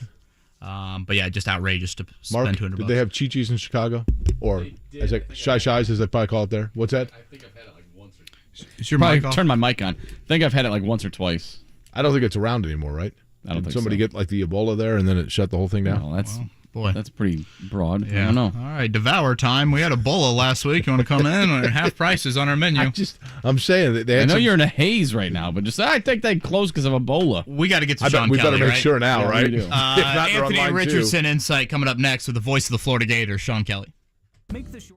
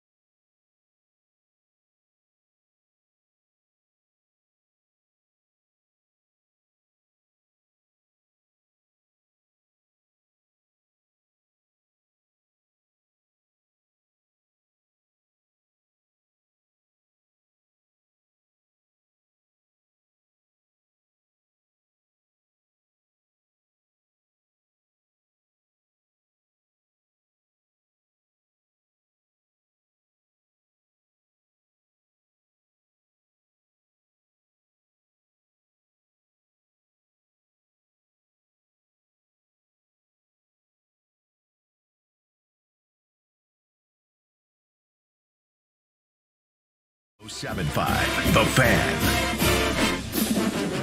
It is a Friday in Indianapolis. It's actually a Friday everywhere in the United States, including Gainesville, Florida, which is where our next guest we find on the Payless Liquors Hotline. Sean Kelley is the voice of the Gators. As a matter of fact, a St. Louis native, Sean joined the University of Florida radio network, if I'm not mistaken, just about a year ago. I could be wrong in that, but he joins us now and can clarify if I'm wrong. But, Sean, first off, man, I appreciate the time. You ready to talk a little Anthony Richardson with us? Yeah, why not? Good morning from Knoxville, by the way, where it's cold and wet. So would I assume that you are doing a Gators game against UT? A little diamond action, probably. Yeah, a little diamond action started last night, and we'll see if it happens tonight. I have my doubts at the moment. Hey, I want to begin by asking you this. If I would have a year ago, or when you first started watching, Florida games, I don't know if this was your first or second year as, doing their play-by-play stuff, but was Anthony Richardson kind of a Johnny-come-lately in terms of like, oh, wow, this guy suddenly is an NFL prospect, or could you tell it the first time you saw him? Well, it's interesting. This past fall was my first year at Florida. The year prior, so I guess I'd be 21, I was still full-time with ESPN Radio. I had a national game. It was Florida at LSU, and Anthony Richardson came in the second half of that game, maybe even the second quarter of that game, and made for a very interesting afternoon at Tiger Stadium in Baton Rouge. Just, you kind of turned your head and you thought, wow, this could be the future at Florida. We'll see how this goes. And then I didn't get to see him really up close and in person until I arrived on campus a couple of days before training camp last summer. And I do remember that. I do remember walking out and seeing this dude and going, whoa, I mean, that's like all-American looking right off the bus type stuff. Just his size, his presence on the field, and what he could do with his arm, not to mention his legs too. So it caught my attention right away. But here was a guy that was basically now going to become the full-time starter, had been anointed as the guy going into fall camp, yet had only one career start under his belt. So there was a lot to learn in watching how he would prepare to be in that role. And so I got to see kind of Anthony Richardson from the jump, the kind of the creation of what we're now seeing this spring. And so that was a really cool process to watch. It was hard to watch it sometimes because him learning to become a full-time starter was a true process. And, he got thrown in the fire pretty quick. When you've got Utah coming into town, that's a pretty difficult way to start, not to mention follow that up with a game against Kentucky. So early on, Anthony was not only learning how to be a starter, but he was also going up against some of the better defensive minds in college football. So that was all very intriguing to me, kind of as the new guy on campus, but having fresh eyes on it too. Yeah, it's funny you mentioned your first time seeing him. I remember at the Combine thinking, wait, I thought tight ends and D ends weren't talking until later in the week when I saw him walk in with all the other quarterbacks here last month. Again, Sean Kelley, voice of the Florida Gators, joins us here on the Payless Liquors Hotline. Was there any surprise that he declared, Sean? Obviously it sounds like he's going to go pretty early, but, seemingly needs a little bit more playing time. Was there any doubt that he would declare early? I think there was, just in the sense that, again, the body of work wasn't real large. But he's a very thoughtful young man, and again, emphasis on young. I thought he did his due diligence and really waited to make his decision until the very end of the season, out of the regular season, that time in between toward the bowl game. And so I thought that he did a good job of seeking out the right people. I even talked to him late in the year just to kind of get a gauge, what are you thinking on this? And he said, honest to goodness, I don't really know as of yet. So he took the full time that was allotted to him to make that decision. And part of it was, too, just being a leader on that football team, he wanted to not leave guys in the lurch or spend the last week or two of the regular season, with this kind of one foot out the door mentality. So I thought he handled that pretty well. But when you look at just the tools, if you will, it was hard to shake your head and say, no, he made a bad decision. Selfishly, for me at Florida, I would have loved to have seen what he would be like a whole nother year as a starter, a full year in the Billy Napier system. That would have been pretty cool to watch. But I don't have any problem, again, like anybody cares my opinion is on this, but I had no problem with him declaring early just because physically he's so ready for the next level. We know the Colts have very real interest. I think you even sent out a picture this week of the plane down in Gainesville, and certainly they've done their homework on Anthony Richardson. I think a huge part of this process will be how is that guy wired kind of neck up and being the separator. So how would you describe Anthony Richardson, personality, work ethic, teammate-wise? Yeah, I think there's a lot of positives in that sense. And I took that picture, and I knew that it would kind of go a little nutty, and it's been fun to read a lot of the comments and all that. But I was just kind of having a giggle about it as I was leaving with the baseball team on Wednesday. But the Colts and others are doing a lot of homework on Anthony Richardson. I mentioned earlier he's very thoughtful. He's a pensive guy that has a good circle of people around him. He genuinely is a pleaser, and I like that about him. Where he lacks, I guess, neck up is just sheer lack of on-task experience. Whether it was learning how to be a starter, which I think he did eventually, but it's really trying to how do you gobble up film? How do you go about your work during practice in that it's being watched by everybody else? All those things kind of slowly came along for Anthony, and so he's going to need more experience in consuming the film, reading defenses in that sense, but yet the speed of the game doesn't bother him a whole lot. Obviously there are some questions about his accuracy. I think that there's a couple of things involved in there. One, somebody's going to work with him on his feet a little bit more with regard to throwing the football. And two, I think that, obviously at the next level he's going to have a better batch of receivers to deal with as well. So all those things will help that number grow a little bit. But this is a young man that, is very grounded at home. Again, a pleaser in a lot of ways. And I think the other thing that was kind of fun to watch was how he became more of a vocal leader around the Gator football program. I think there were some conversations after the Kentucky loss early in the season about, yes, certainly you want to lead by example, but, you've got a booming voice and a voice that needs to be heard in this locker room even more. And so to kind of watch him take better command of huddles and encourage and be critical when the time came to be as far as his teammates go, learning not just his position, the running back position, the receiver position, but also knowing on any given play where his left guard is going to be looking or needs to be focused on and how that will affect how a play might progress for him. So all those things obviously are still very young in his arc, in his learning process. And ideally, I think, guys, and again, I'm just saying this just from watching where he started last year and where he ended up, in that the ideal situation for him at the next level would be not to have to take the whole thing onto his shoulders right away. Could he be in a place where it might take a year for him to learn under somebody or something along those lines? Now, look, there could be a team that says, ready right away, this is the guy we need right now, and I hope that's the best for that franchise and for him. We'll have to just see how that goes later this month. You kind of tipped your hand on this one, Sean, on the answer, but to elaborate on it a little bit, Sean Kelley, the voice of the Gators, is our guest on the Payless Liquors Hotline. I want you to imagine this hypothetical. You pull kind of a Ted Lasso, and all of a sudden, like an Australian rules football team decides they're going to hire you and pay you a boatload of money to come be the voice of the Kangaroos.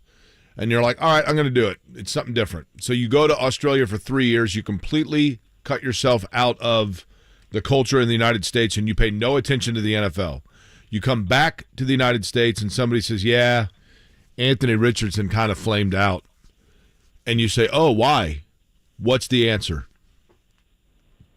It would be that he was put in a position too early to succeed.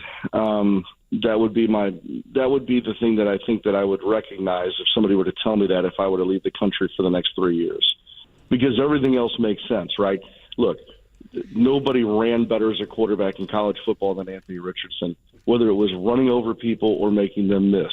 He can make every throw. He has an absolute cannon for an arm, and the size overall is undeniable as far as bringing him down. And yeah, I think he can be a good pocket passer, and I think he also, checks that dual threat box too. It would simply be that if he flames out, he was probably put into a situation that he wasn't either quite ready for or asked too much of him too quick, if that makes any sense. And if you come back and somebody says, oh, man, Richardson has completely blown up, obviously it's probably because of the athleticism, the ability to run. Indianapolis would have to get him some weapons if they were to get him.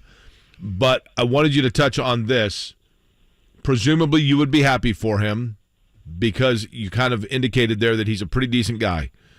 Give me a story about Anthony Richardson that tells us a little bit something about him aside from his football talent.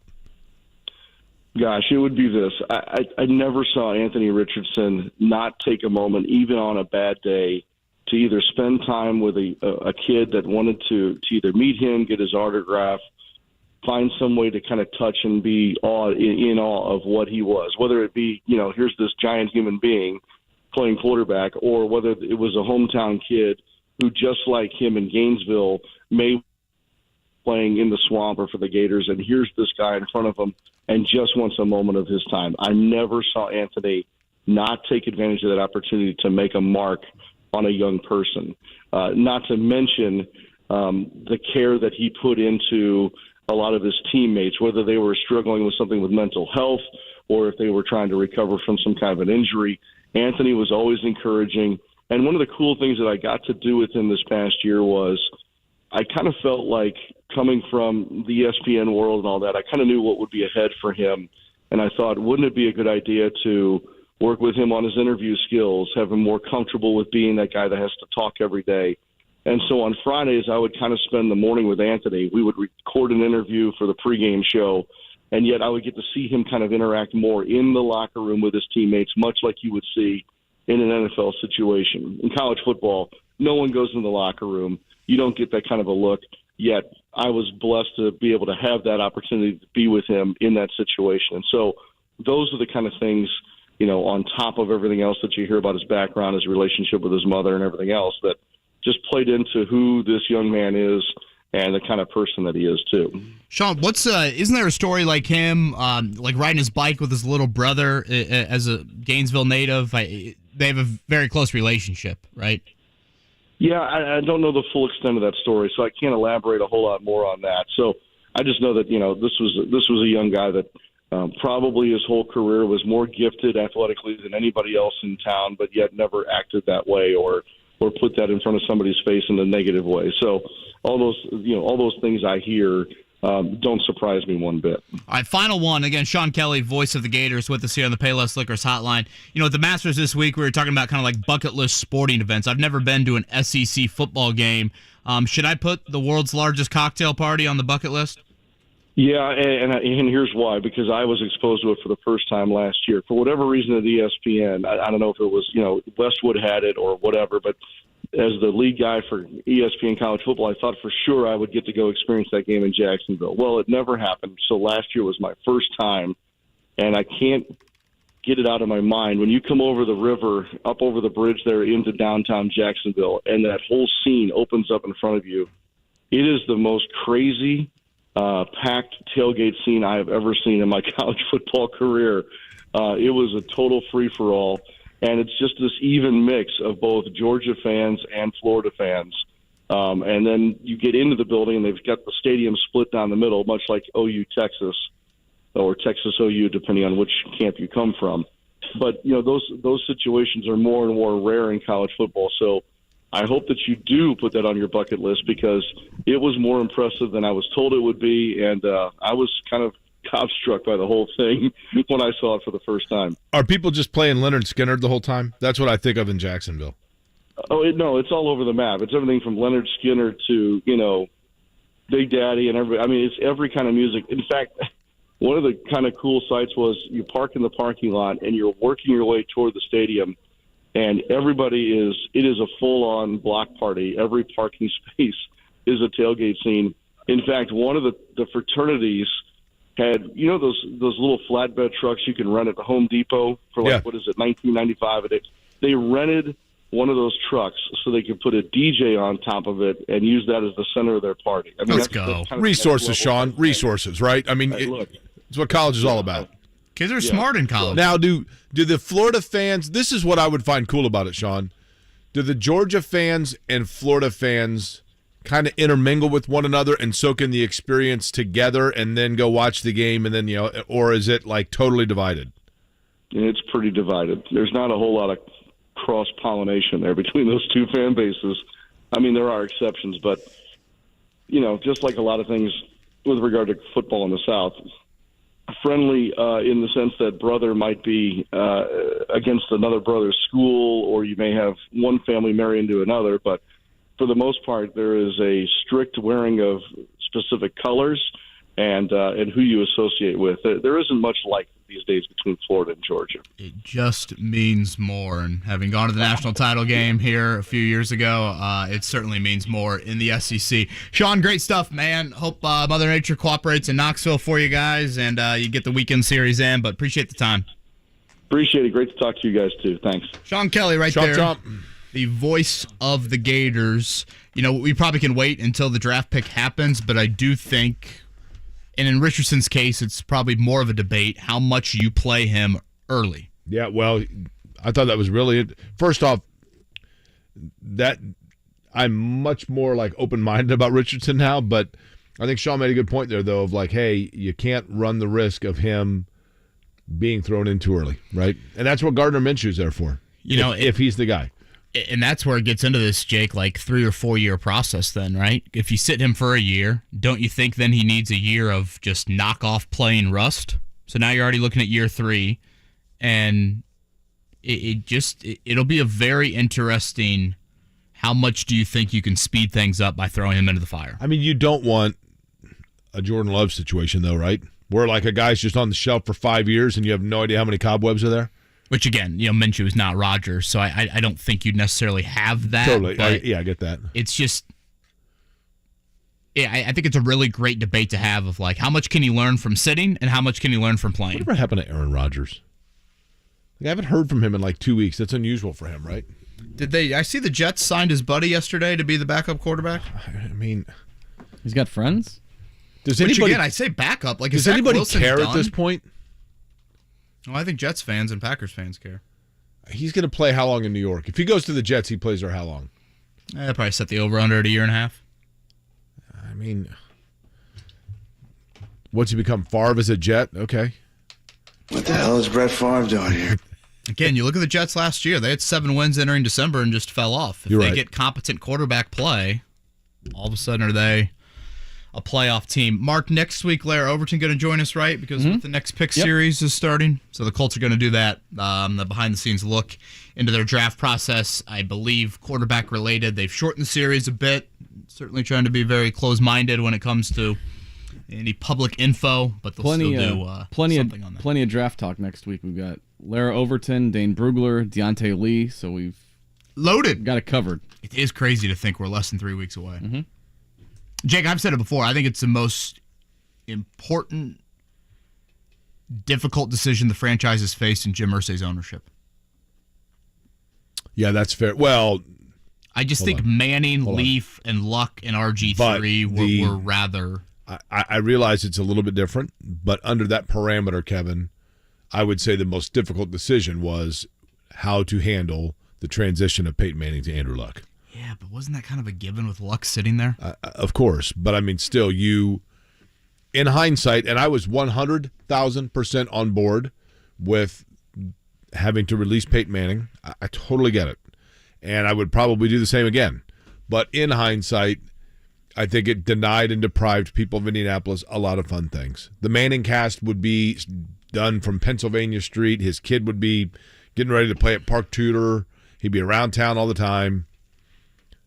In hindsight, you wish that could have gone differently. But I get it.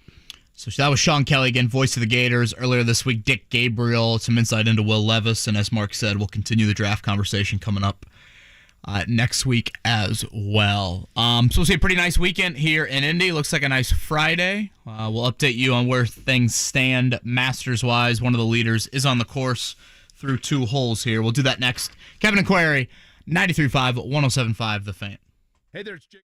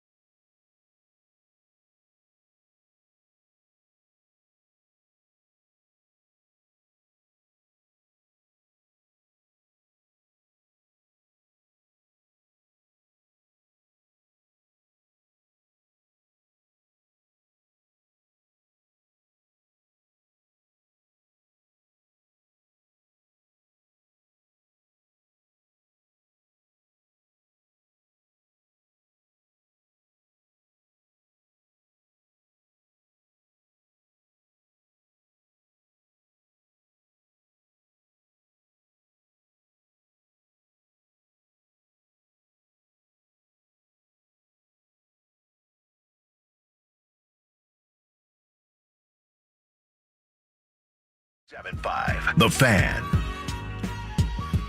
It's pretty early in day 2 at Augusta National, but of the 3 that slept on the lead last night, one of them has pulled ahead by a shot. That would be Brooks Koepka. Birdie in the second hole for Koepka. He is now 8 under par. If you look at Koepka last year, Jake, he had an awful major season, battling injuries. But mentioned this earlier, if there is someone on that LIV Tour who could be, rather obscure for the last 365 days and then get into that environment and show up and deliver and handle kind of all of the outside noise that comes with being on LIV right now, Koepka would be the guy. And did you say that he seems or does not seem like a decent dude? I don't think he's been like a huge fan favorite. He's certainly not like a, he doesn't have like the old Phil Mickelson soft side to him. But I thought he did. Wasn't he the one that had like a? Who am I thinking of that had like a young boy that had some challenges and met up with them, and he like kind of took him under his wing? I thought that was Koepka. Boy, I could be dead wrong. I mean, a good friend of mine who played golf with Koepka in college, and basically, even back then, he was always just kind of like, I'm bigger than the game of golf, and I'm too big. I just do this because I'm good. I don't like it. He went to Europe initially, followed his girlfriend around playing soccer, got over there and was like, yeah, I am pretty good at golf. I should keep trying to play golf. No, I think a lot of ego, a lot of swagger, which, again, probably is what makes him so good. But, Mark and I were chatting about it earlier. The Full Swing, the Netflix documentary on the PGA Tour, one of the main episodes was focused on Koepka. And I did think he sounded a bit humbled, Mark, if that's the right way to put it, by everything he had gone through and kind of having that alpha status taken away from him. Yeah, he was almost like searching for answers. He's like, I don't know what's going on. Like, he was talking with his coach and everything like that. Like, he's trying to get his swing down and all that, if I recall that correctly. And remember him like, how is Scotty Scheffler this good? Yeah, like he couldn't understand why he was...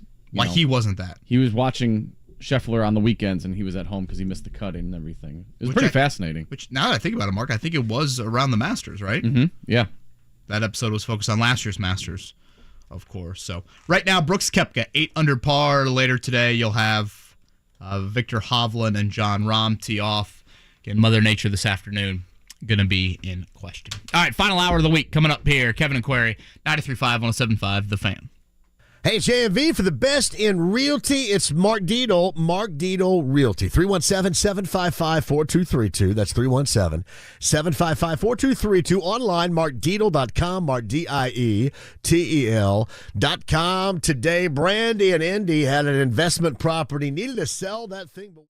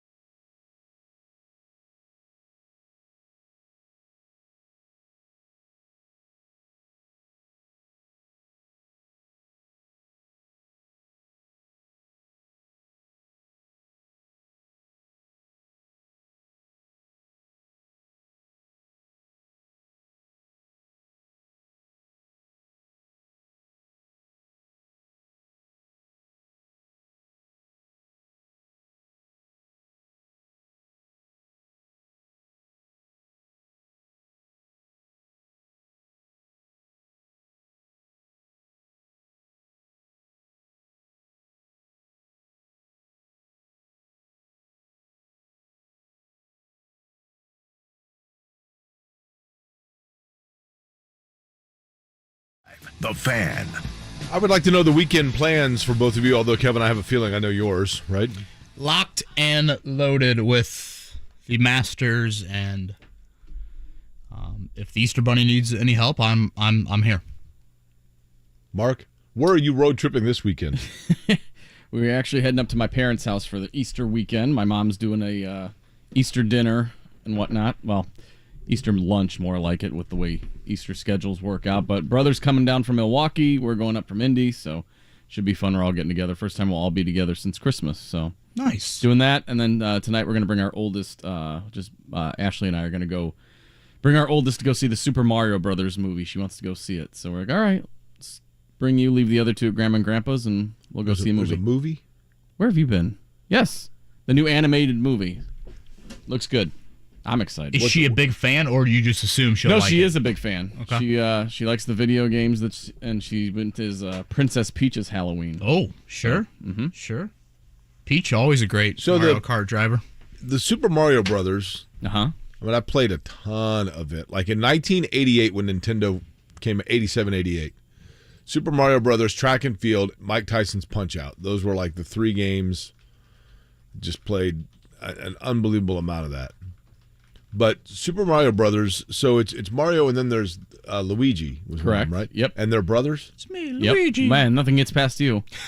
and they're are they? Next thing you know, it's going to be Donkey Kong. He's going to name the animal for Donkey Kong. So they're plumbers, and then there's a princess that's being held captive by Bowser. Is that right? Man. And then they trip on shrooms, right? Well, some would say that's what you're doing right now. You could trip on Toad. If you watch out, you might hit Toad. Toad's kind of a smaller fella. Now, Toad's their friend or foe? Friend. Oh, I think friend.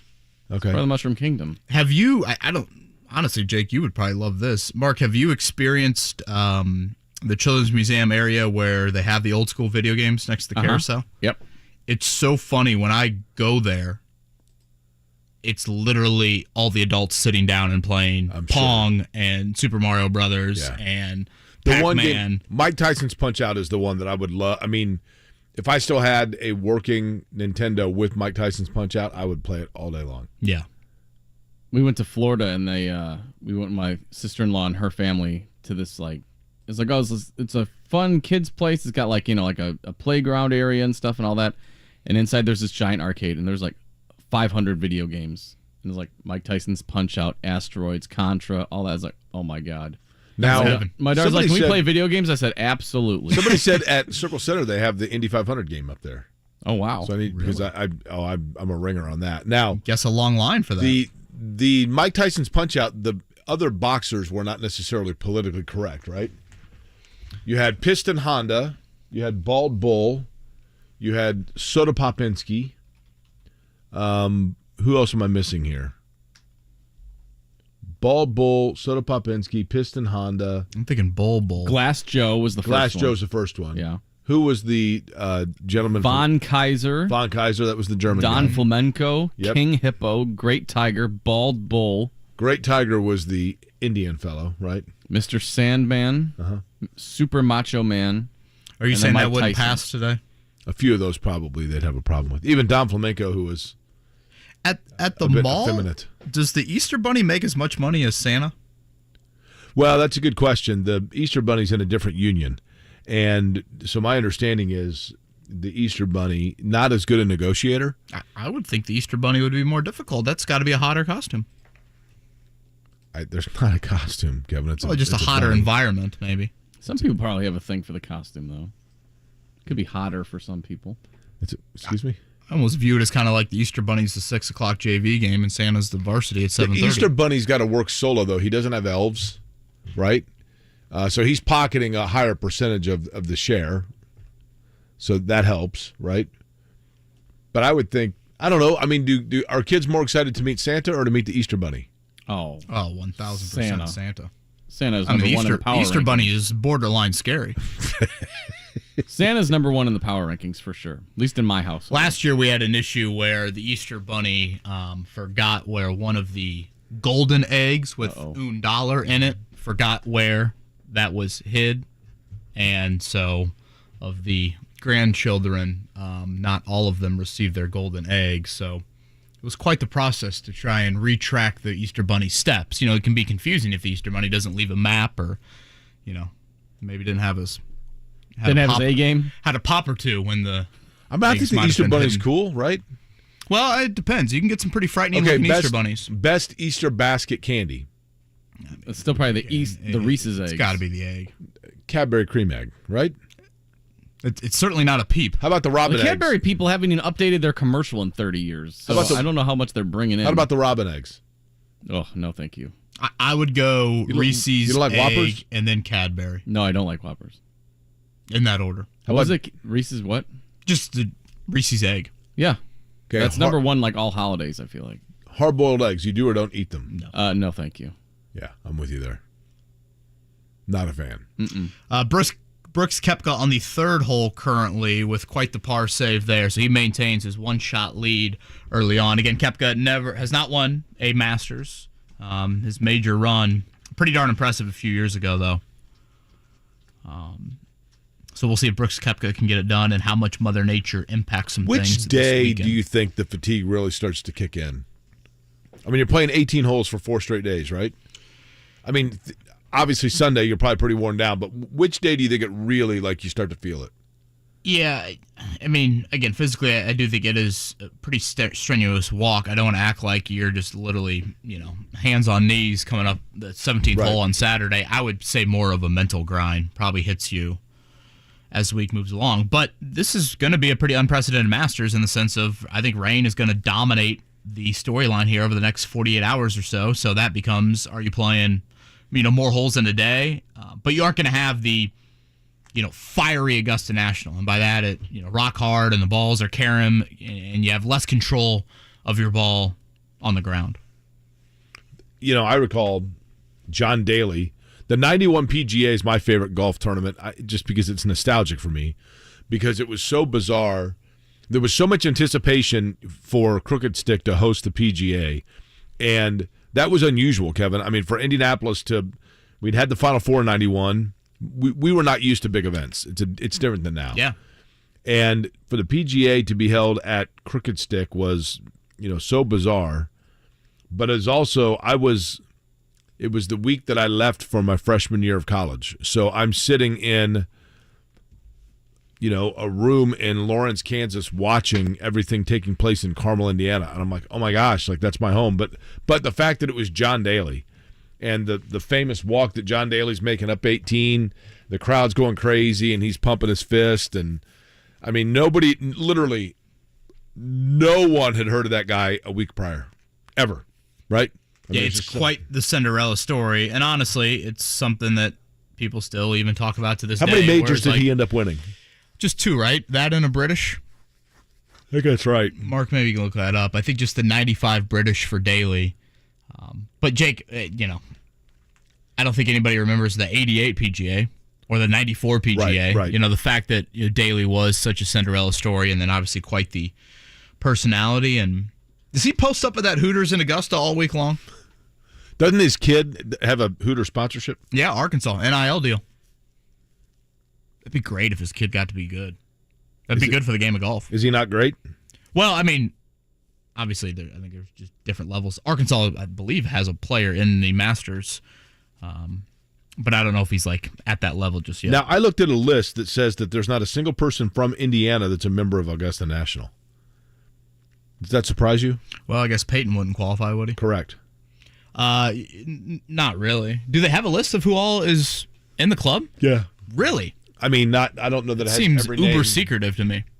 Warren Buffett, Bill Gates, Peyton Manning. I mean, it's kind of a who's who of who you'd think, right? I assume a heavy percentage of Georgians. There's a lot from Georgia. You know what? I mean, yes, a lot of southern states. Didn't McAfee play with Peyton at Augusta a few weeks ago? Really? If you're a member, can you just take guests? Yeah, I don't know the exact restrictions on that. I still can't believe Zach Keefer played it. I'm so jealous. I was going to say, that seems to... And I've heard the story like 13 times now, and I was probably done with it after about 3. Is that bad of me? Warren Buffett, Bill Gates, T. Boone Pickens, Pete Coors, Jack Welch, T. Boone. He's a big Oklahoma State guy. Correct. U.S. Senator Sam Nunn. Ken Nunn? That too, yeah. 2 former U.S. Secretaries of States. One guy's 100 years old, so there'll be a spot opening up here soon, right? Oh, is that not Tiger? Let's see. 3 members of the Yates family. I mean, there have been attempts in the past by the major news organizations to compile full or at least lengthy Augusta National membership rolls. But if you look from 2010, there was a list, fairly elaborate list, put together by Bleacher Report. It does not have anybody from Indiana. A lot from Connecticut and California. A lot from Florida. Do you remember the story of Reagan almost getting assassinated there in 81? Really? Yeah, it was kind of a crazy story. I think the person got into the clubhouse. Reagan was on the course, wanted to talk with him. I think somebody in the clubhouse tried to put him in contact through Secret Service. Yeah, it was a crazy story. Obviously never happened, but... Well, we certainly know what happened with Reagan in 81 and, right. When the night that Indiana and North Carolina played in the national championship game. Do you have any rooting interest? Any of these storylines that you like? Do you like the Koepka storyline, or do you want a Scotty Scheffler back to back? I just think I think the Liv storyline is interesting. Those guys and what there are some things about it to me that are interesting, but Jordan Spieth, I've always kind of liked. Yeah, I like Spieth. He's a likable guy that at one point. I think he has a brother that was at Princeton for a minute. There are 2 guys that I think of that seemed to burst onto the scene and go away within equal breath. One is Jordan Spieth. I'm not saying he's off the radar, but there was a time there where it was like he just seemed totally in the zone. And then the other one, honestly, and this is going on the way back here, but David Duval. You remember when David Duval was the one guy that could kind of hang with Tiger? And what happened to him? I mean, I don't even know. Is he around? He was doing some analyst role for the Golf Channel, if I'm not mistaken, at one point. But again, Jake, we talked about this earlier in the week. Guys born at the wrong time. David Duval. You're right. Totally. Because he was the number 1 player in the world when Tiger, won his first Masters, and then remember he got shredded too. He was massive. Yeah. There was that. Part of Duval's career. Final Pacers home game tonight. It will be the Pistons inside of Gamebridge Fieldhouse, so that will be Jaden Ivey against Benedict Mathurin. That was a fun matchup to watch way back early in the season. Ivey did not play in the 2 meetings in Detroit due to, I think it was COVID. But yeah, the Pacers will wrap up their home slate of games tonight. The NBA right now, there are a lot of people resting and sitting out and not risking injury, whatever else. Who knows who all you're going to be seeing play there. But it does feel like, Kevin, so the Pacers' years come to an end. It seems like a fast season, number 1. But number 2, considering the lack of wins, it does feel like it was a more entertaining or a more relevant season than what you would expect from a 34-win team. And I think it's just because I'm not going to say people are excited per se, but people are interested in what they do, right? And where they go from here. I would call it a roaring success, Jake, this season. And for me, a huge part of it is the fact that Halliburton and he made the All-Star jump. Mathurin showed you he could score at an NBA level, and you've maintained your lottery pick. But even from an on-the-court team win-loss standpoint, you had a lot of just great moments too. Think about the Nembhard game winner over LeBron in LA. I think back to right around Christmas when they won consecutive road games in Boston, in Miami. Talk about something that you don't typically do. They finally ended those long road losing streaks in Toronto, in Milwaukee. So you had this balance of you still maintain the long-term point of view, but yet in the here and now, a season ago when you lost whatever it was, 4 of 22 games decided by 5 points or less. Right. Or you won, I should say, only 4 of those 22 games that were close games. This year, you've had a lot better success in those moments. And again, Halliburton, I think, has shown you not only can he be an all-star, he can be a bit of a closer. And as you start to project forward and you think about this team in May of 2024, you think about them in the playoffs, or certainly in April. So I think that is promising as well. I'm curious to know, like 3 years from now when we look at it and the Pacers are, and I think this is entirely possible, 3 years from now when the Pacers are 50-32 and they're the 3 seed in the East, is Benedict Mathurin their second best player in that scenario, or is he a really solid number 4 scorer for them? Boy, if he's your number 4 scorer, I think you are going to be an incredible team. No, I mean, I agree with that. The guy came off the bench and averaged, 16, 17 a game this year? So if you obviously... But that's also when, he's getting a lot of looks, for sure. Yeah, he's not going to get as many, touches, but at the same time, he's going to get more minutes. I just look at it as you need another major hit in the lottery. You need another major hit from that 3-4 position, and if those two can be if Mathurin and that guy can be a complementary piece to Tyrese Halliburton leading it, I think you've got a team that can make some Eastern Conference runs. And I guess that this is probably a bigger question, Jake, we could maybe have next week when the season is officially over, but what do Pacers fans want? I am of the thinking, Jake, that I want to see a team that tries to get back to what you had in the early 2000s, what you had in 2012 and 2013. Like, you can be one of the best teams in the Eastern Conference making a run to, you're a game away from the finals. You're 2 games away from the finals. You got to the finals. I'd rather have that than just annual make the playoffs and you lose in round 1. Right. And that's why I think this season was so important in that you saw individual growth, but you also maintained that lottery pick. And now we'll find out where that lottery pick is going to fall. And they're going to have 2 picks in the 20s and maybe another pick early in the second round and package those deals. I don't know. Maybe you move up to number 4 or something like that and see if you can come away with another really, really important piece. By the way, Stephanie Mead, her last day today on Wish TV, who I guess is our television partner, right? Mark, you said she had tweeted the show once? Yeah, when we had PBR and donuts. She said, "You guys are doing that at work?" Yeah. Kevin won his 30-win Pacers. She didn't mention me with my shirt off by any... that didn't sneak in the tweet. Maybe she'd have enough characters in the tweet to get that. Yeah. Just eye emojis. Mm-hmm. Well, she is on her way to Mottman Land. This is a big game for her tonight. Detroit. Then. That's right. So do we just give her away at the end of the game? Out with the old and in with the new. That's what she actually, I think she gets on the charter with the Pistons, and that's how she gets back. Pistons coached by Raptors guy, Dwayne Casey. Dwayne Casey, right? Born in Indianapolis, by the way. Really? Yep. How about that? Any schooling here? No, he moved to Kentucky at a very young age. But Mark, what do we do on this program? We educate and entertain. I was trying to Have we done the latter lately? Begs to be questioned. I was trying to get the schooling of Micah Shrewsbury. He was a Jeffersonville native before his dad got, was it Bart Peterson's chief of... I think that's right. Deputy mayor, chief of... I don't know the exact... City council and all kinds of stuff, yeah. Before coming up here to go to St. Matthew and then Cathedral and then Hanover. You ever been to Hanover? Oh, Kev, my sister went to Hanover. Really? I thought you went to Evansville. Well, my oldest sister went to Evansville. My middle sister, Megan, went to Hanover. Got it. When I was, Megan was a senior at Hanover when I was a freshman in college, but then my buddies Hillary and Matt Jacklin both went to Hanover. Kai Steffi went to Hanover. Oh, wow. Josh Upman went to Hanover. Josh Hammond went to Hanover. Andy Burt went to Hanover. Cooper Sinclair went to Hanover. So I'm guessing by all these people going there, you've been. A ton. When I was at IU, we went to Hanover probably once a month. I went to weekends at Hanover. We'd go to, is it Hinkle's, the burger place? Well, Hinkle's in Bloomington, right?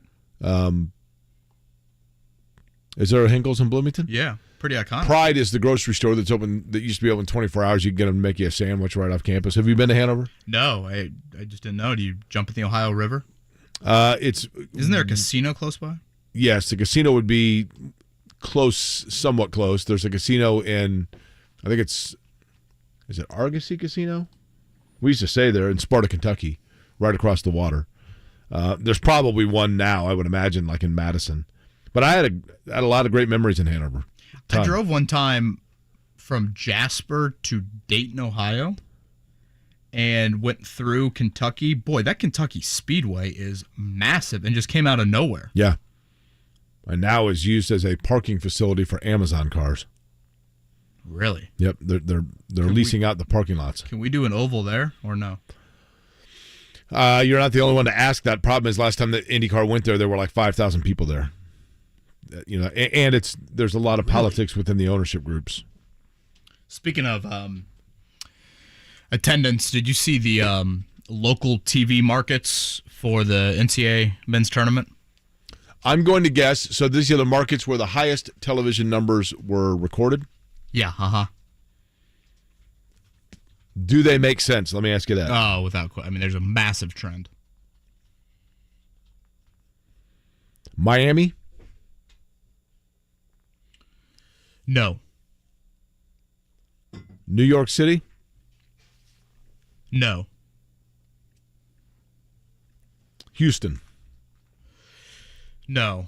Okay, I'm doing well. Go ahead. The massive trend was just Midwest. Yeah, that does surprise me. Louisville, Cincy, Indy, Kansas City, Knoxville, Birmingham, Dayton, Columbus. And then to round it out was Hartford, which obviously checks with UConn. But yeah, I mean, just total Midwest football. Columbus and St. Louis are funny because they're always mentioned. They're always listed in the top market. In Portland, Oregon as well. Columbus, Cincinnati, and Portland and St. Louis and Portland, Oregon. Those four are always really high on the Indianapolis 500 television ratings. Yeah, I was going to say, I feel like I've seen those similar markets up there. Why? Good I question. guess there's a race in Portland, is there not? Yeah, there is. I don't know, though. I don't know why that city as opposed to, Seattle or San Francisco or whatever else. I don't know. Freebie Friday for the pop quiz coming up in a few. So give us a call, 317-239-1070. Until then, morning checkdown. The Morning Checkdown. On 93.5 and 107.5 The Fan. Yesterday, Major League Baseball, the big winner was Mother Nature. Raining out Cincinnati and Philadelphia. Raining out Miami and the Mets. Raining out the Yankees and the cute fella. Raining out Houston and Minnesota. But a lot of sunshine on the Indianapolis Indians because they were able to sweep a doubleheader from the Louisville Bats. Buddy's buddy is despondent. 5-3 and 1-0 the two games yesterday for the Indians. Elsewhere in the games that were played, season, wasn't it? What's that? Those were their first 2 wins of the season. I think that's right. Yeah, they started 0-4, I think. The games that were played, it was the Red Sox over the Tigers 6-3, Toronto over Kansas City by the same score, Atlanta over San Diego 7-6, Dodgers a 5-2 winner over Marc's Arizona Diamondbacks, and the Rockies 1-0 over the Washington Nationals. Can you say that on air, Marc? What are we doing, Marc? Swish, swoosh. Tonight, inside of Gainbridge Fieldhouse, we'll see how many of those occur. Pacers and Pistons, the final home game. So number 41 of the year for the Pacers. They will take on Jay Ivey and the Pistons. Again, tank standings is the watch right now. The Pacers are tied with... Corey, what's your name? Is Marc on there? Yeah. My mic is off. Now, Marc's always getting on me about when my mic's on or off. And he's had a real struggle. I'm the one that's wacky on the shingles jump. vaccine has gotten to Marc. That's right. Maybe a little Skipped bit over here. to Marc. The Pacers right now tied with the Wizards and the Magic, 6, 7, and 8 in that draft order. Portland is just a game up. So that will involve a lot of scoreboard watching to see exactly where the Pacers are going to fall in the lottery odds coming up here. Do we do one last tankathon before the season comes to an end? One last tankathon. All right, here we go. So again, tied 6, 7, 8 right now from a percentage standpoint. Okay.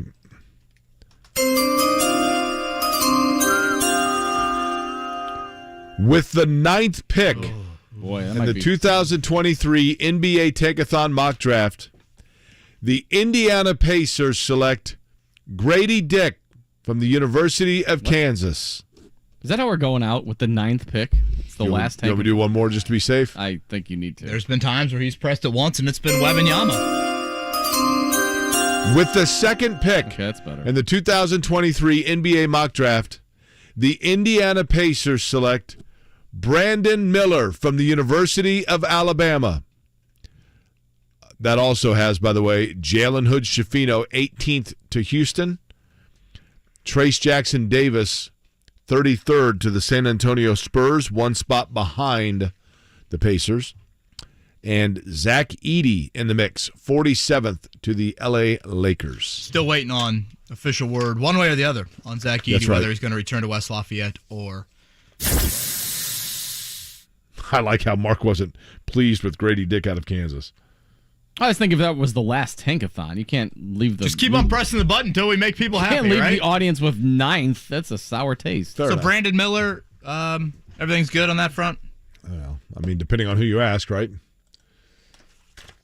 A listener just texted, if we draft Grady Dick, move the team to Louisville. Okay. He can play, man. Yeah, I watched him pretty closely. He's pretty good against IU earlier this year. Yeah, he's a good player, but he sulks a little bit defensively from time to time. Hopefully no sulking coming up on the Freebie Friday pop quiz. 317-239-1070. Jiffy Lube Oil Change coming at you. Need new tires?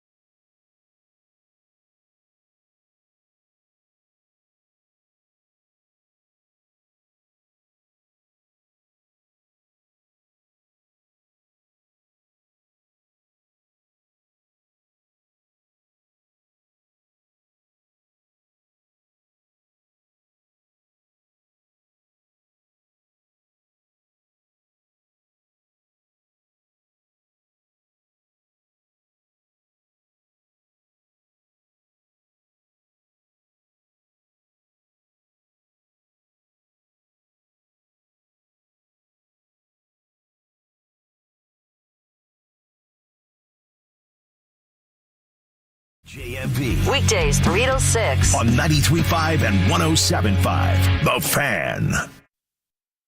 Have you studied? Can you handle the pressure? Sharpen your pencils. It's time for the Pop Quiz with Kevin and Query. Brought to you by Jiffy Lube, Indiana's favorite oil change since 1985. All right, it's a Freebie Friday on the Pop Quiz to close out the week. Jake, your thoughts on this Pop Quiz? Scotty has kind of a smug look on his face today. Typically, that means it's not good news for somebody. I'll get an oil change for free. So it's the good point. Most combination of golf and hockey questions I've ever seen on a pop quiz, Scotty. We've struggled with some of the pronunciations this week. We? Yes, yeah, I will raise my hand. Yeah, certainly. This one's pretty doable. Pretty doable. 239-1070. As Mark said, Jiffy Lube oil change coming your way no matter what you do on today's pop quiz. Jake, a number 1 through 8. 2. 2 is who? Philip. Hey, good morning, guys. Philip, you sound like a nice guy. Are you wide awake? I am. I'm back at work already. Okay, and what line of work are you in, Philip? I do fire suppression. Fire suppression? Does that mean you're a firefighter? Pardon my naivete. No, it's like kitchen suppression systems. Oh, okay. Fair Gotcha. enough. And when you say back at work, was it overnight or just back for the day? Or yeah, I worked overnight and back at it this morning. Wow. Good for you. Burning that oil, man. Are you cheering for Philip Mickelson this week in the Masters? Can't burn the oil, you're suppressing. Not a big Phil guy. Yeah, well, you and I have that in common. Philip, who was president of the United States the year you were born? Wow. I have no idea. It was 86. That's pretty tough to remember the Ronald Reagan, who's hardly talked about years. Ronald Reagan would be correct. So you obviously have not had your shingles vaccination because you're not 50 yet, right? No, sir. Yeah, trust me. Believe you me, Philip. Philip, would you rather hang out with the Easter Bunny or Santa Claus? Santa Claus, for sure.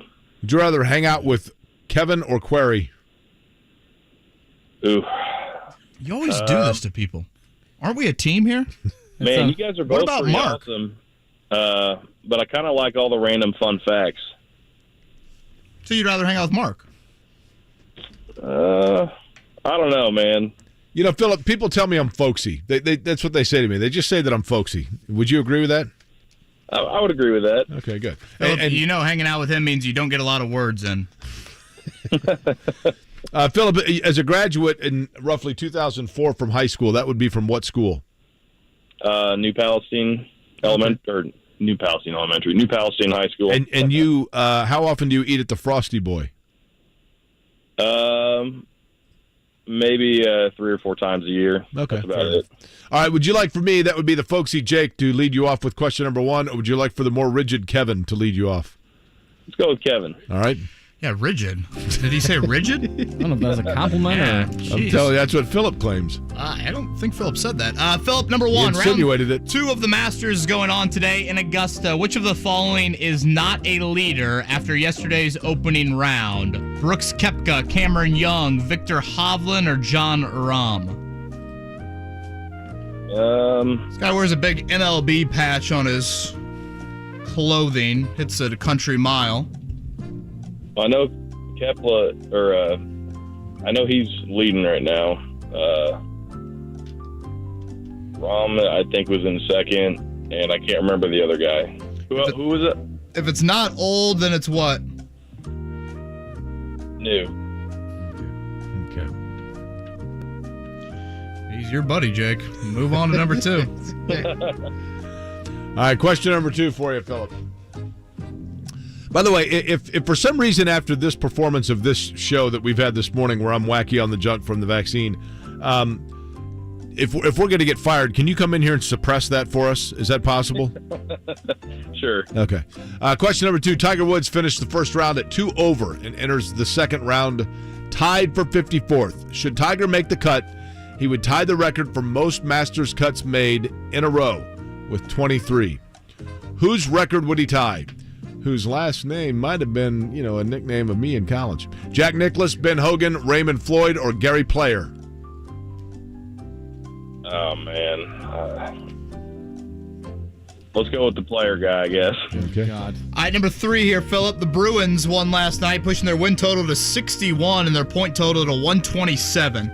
The 61 wins is one behind the 95-96 Red Wings and the 18-19 Tampa Bay Lightning for the most in NHL history. The 127 points is 5 behind the record Who holds the NHL record of 132 points in a season? A, the Red Wings, B, the Lightning, C, the Canadiens, D, the Penguins. Let's go with the Penguins. Okay, question 4 for you, Philip. College hockey's Frozen Four gets underway today in Tampa because nothing says Frozen Four like Tampa, Florida. Name one of the 4 schools playing in the 2023 Frozen Four. I will tell you.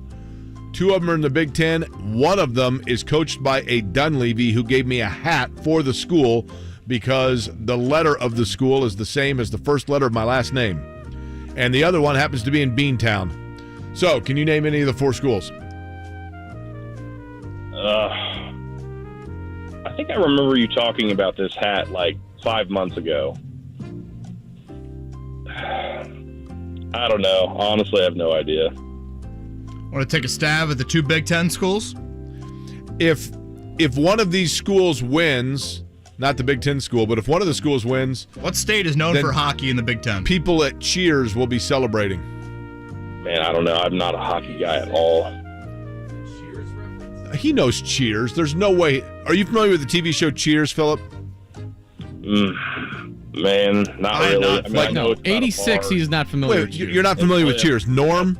No. Norm from Cheers. That was on like when he was born. But Mark, what year were you born? 85. Do you know about it? I know of How do you know about it? Because I've heard of it, but Okay. I don't know references to it too well. Okay. I've never watched a full episode. Well, nor have I. But anytime I watch a Celtics game, they reference Cheers. Philip, what state has the most lakes? Michigan. Do your impression, Jake. What's that? Of the other Big Ten school. Do I have an impression? Yeah, oh, come on. Oh, yeah. 80 years ago today, the NFL released... This pop quiz is going swimmingly well. I thought it was my turn. Okay, go ahead. 80 years ago today, the NFL released a list of rule changes for the 1943 season. Which of the following rule changes was not announced on April 7th, 1943? God, what a question. A, the free substitute. I apologize, Philip. At least you get a free Jiffy Lube oil change. A, the free substitution rule, eliminating substitution restrictions. B, offensive pass interference committed in the opponent's end zone because go with that penalty, one. Just go with that one. Rather than an automatic touchback. C, helmets are made necessary. Or D, the schedule's increased to 10 games. Who on earth would know this? I thought you said you thought it was easy, Jake. Oh, whatever, B. You know, the Brady Bunch was 1972, the year I was born, and I'm familiar, Mark, with the Brady Bunch. Well, that's fine. I'm saying if you're referencing, like, I don't know that Cheers was in Boston. I didn't know that. Scotty, am I out of line here in assuming that people would know that like, I think you tend to have to think that everyone has your historic brain and just but not everybody does. If you ever go to the city of Boston, like, it's like one of the 3 biggest, like, still tourist destinations in Boston. Like the Cheers bar. It's a famous bar in Boston. Cheers. I mean, even still, like, it wasn't on my list when I went to Boston to look at. I probably didn't know it was there. I should do a Twitter survey on this. Like I know Norm, like I know that, but I don't know like the bar location or. Have you heard of Cliff Clavin? I mean, I've heard the name. I don't know not. what the reference is to. Okay. All right. Are we showing our age here? I'm probably showing my age, but I'm just saying. I mean, I just think like if you watch, I don't fault Philip for not having the Cheers. Like if you watch a Patriots game, seemingly they like any Monday Night Football game that the Patriots are playing, they do a bounce back of showing Cheers. Like Hoosiers came out in 1986, right? But they still reference Hickory and Hinkle Fieldhouse anytime a game is played in Indianapolis. It's kind of the same thing. Okay, in my opinion. All right, Philip. Wow. I guess give you congrats for making it through that pop quiz. That was quite the pop quiz there. Number 1, he said new, correct? No, Cameron Young. You blew it! Was 2 the only one he got right, player?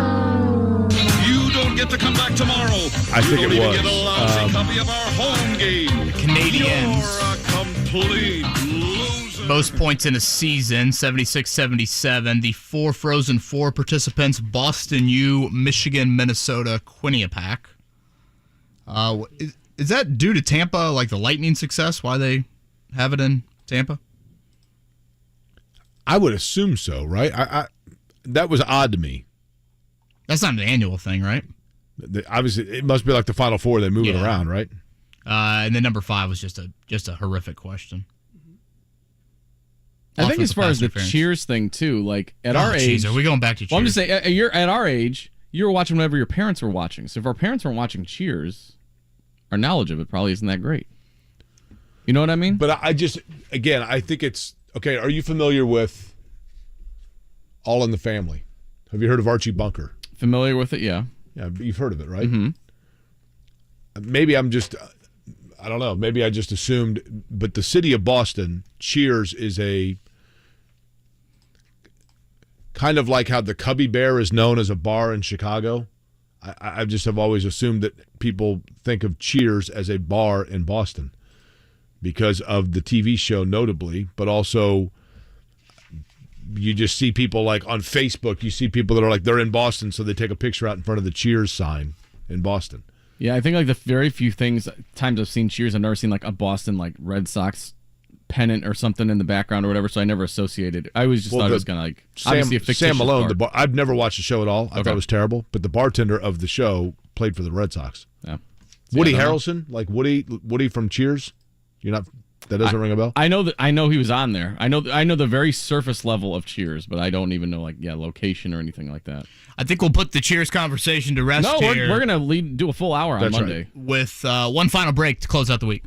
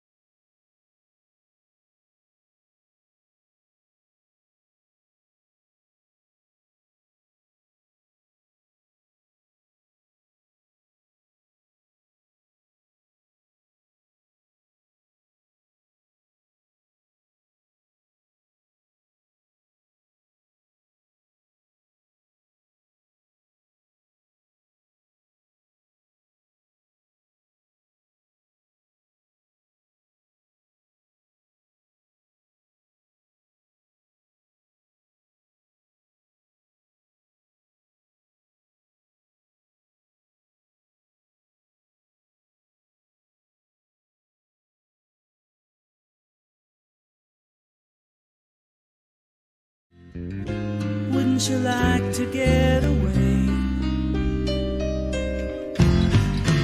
All those nights when you've got no lights. Missed the chorus there. Oh, I didn't miss it. It just hasn't come yet. Well, but I mean, in the actual. Now, you know this song, right? Yeah, I know this theme song. Are we still arguing about this? I'm just telling you, I know surface level cheers. I don't know much past that. Kevin and I think, are in the same boat. I just think, Jake, honestly, it's probably more of a compliment to you that you have such a great brain that's able to know all of these things, and not everybody else does. Again, the TV show... Especially from an age standpoint. The TV show, sure, but maybe it's because I'm well-traveled, but like when you go to Boston, like Cheers is a thing, still to this day. I mean, it's a historic bar in Boston, Massachusetts. Cheers. That's why they did a TV show out of it. The bar was there before the TV show. So it's beyond just the TV show. I never watched a TV show. I thought it was stupid, to be honest with you. Your weekend plans? Apparently today it's going to be sleeping. Outside of that, nothing really. I go next weekend to Long Beach. So that's probably always nice a fun to be trip. home. Long Beach is the best. So it's nice to be home. So Long Beach and Barber, right? The rest of the month? Correct. And so, yeah, the next couple of Mondays after this is the last Monday you guys will have normal me. Because for whatever reason, Barber's I think it's a 3 o'clock start. So the race will end about 6. Is that unusual?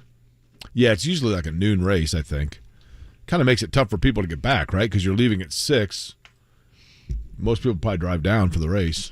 Obviously, they are thinking more of what time slot is NBC going to give us. Yeah, well, that's absolutely what determines it, yeah. Yeah, crazy to think, less than 3 weeks away from draft, less than 2 months away from the Indianapolis 500. Again, Brooks Koepka, 1 under par through 5 holes, so he is now at 8 under. Second round of the Masters. Victor Hovland teeing off a little bit after lunchtime. John Rahm a little bit after that. So we still have some time to wait for on other leaders. And weather going to be a bit dicey this weekend at Augusta National. I assume, Sunday, it is pretty cool. Like, my family loves golf. My dad and my sister notably love golf. So I can assure you that Easter Sunday, I should have mentioned that when you said, what are the plans this weekend? We're going to my parents' house at 5 on Sunday. And that'll probably be right about the time that somebody's coming down the 18th, right? Well, certainly, weather permitting. What is different about the Masters than other PGA Tour events, other majors, there's only 88 players in the field. So that is a far cry from 140, 150 at other tournaments. So they have less guys to get through. Of course, you'll have a cut coming up at some point here, hopefully by the end of today, but if not, early tomorrow. It looks like tomorrow could be just a total washout, or at least rain all day. We'll see how much they can play at Augusta without lightning. Of course, it's pretty well known, just all the sub-air systems at Augusta National, and they don't mess around. So their ability to get water off the golf course, they can probably do it better than any course in the country. So here's a dumb question. Is Augusta National... I mean, you can only play it if you're a member, right?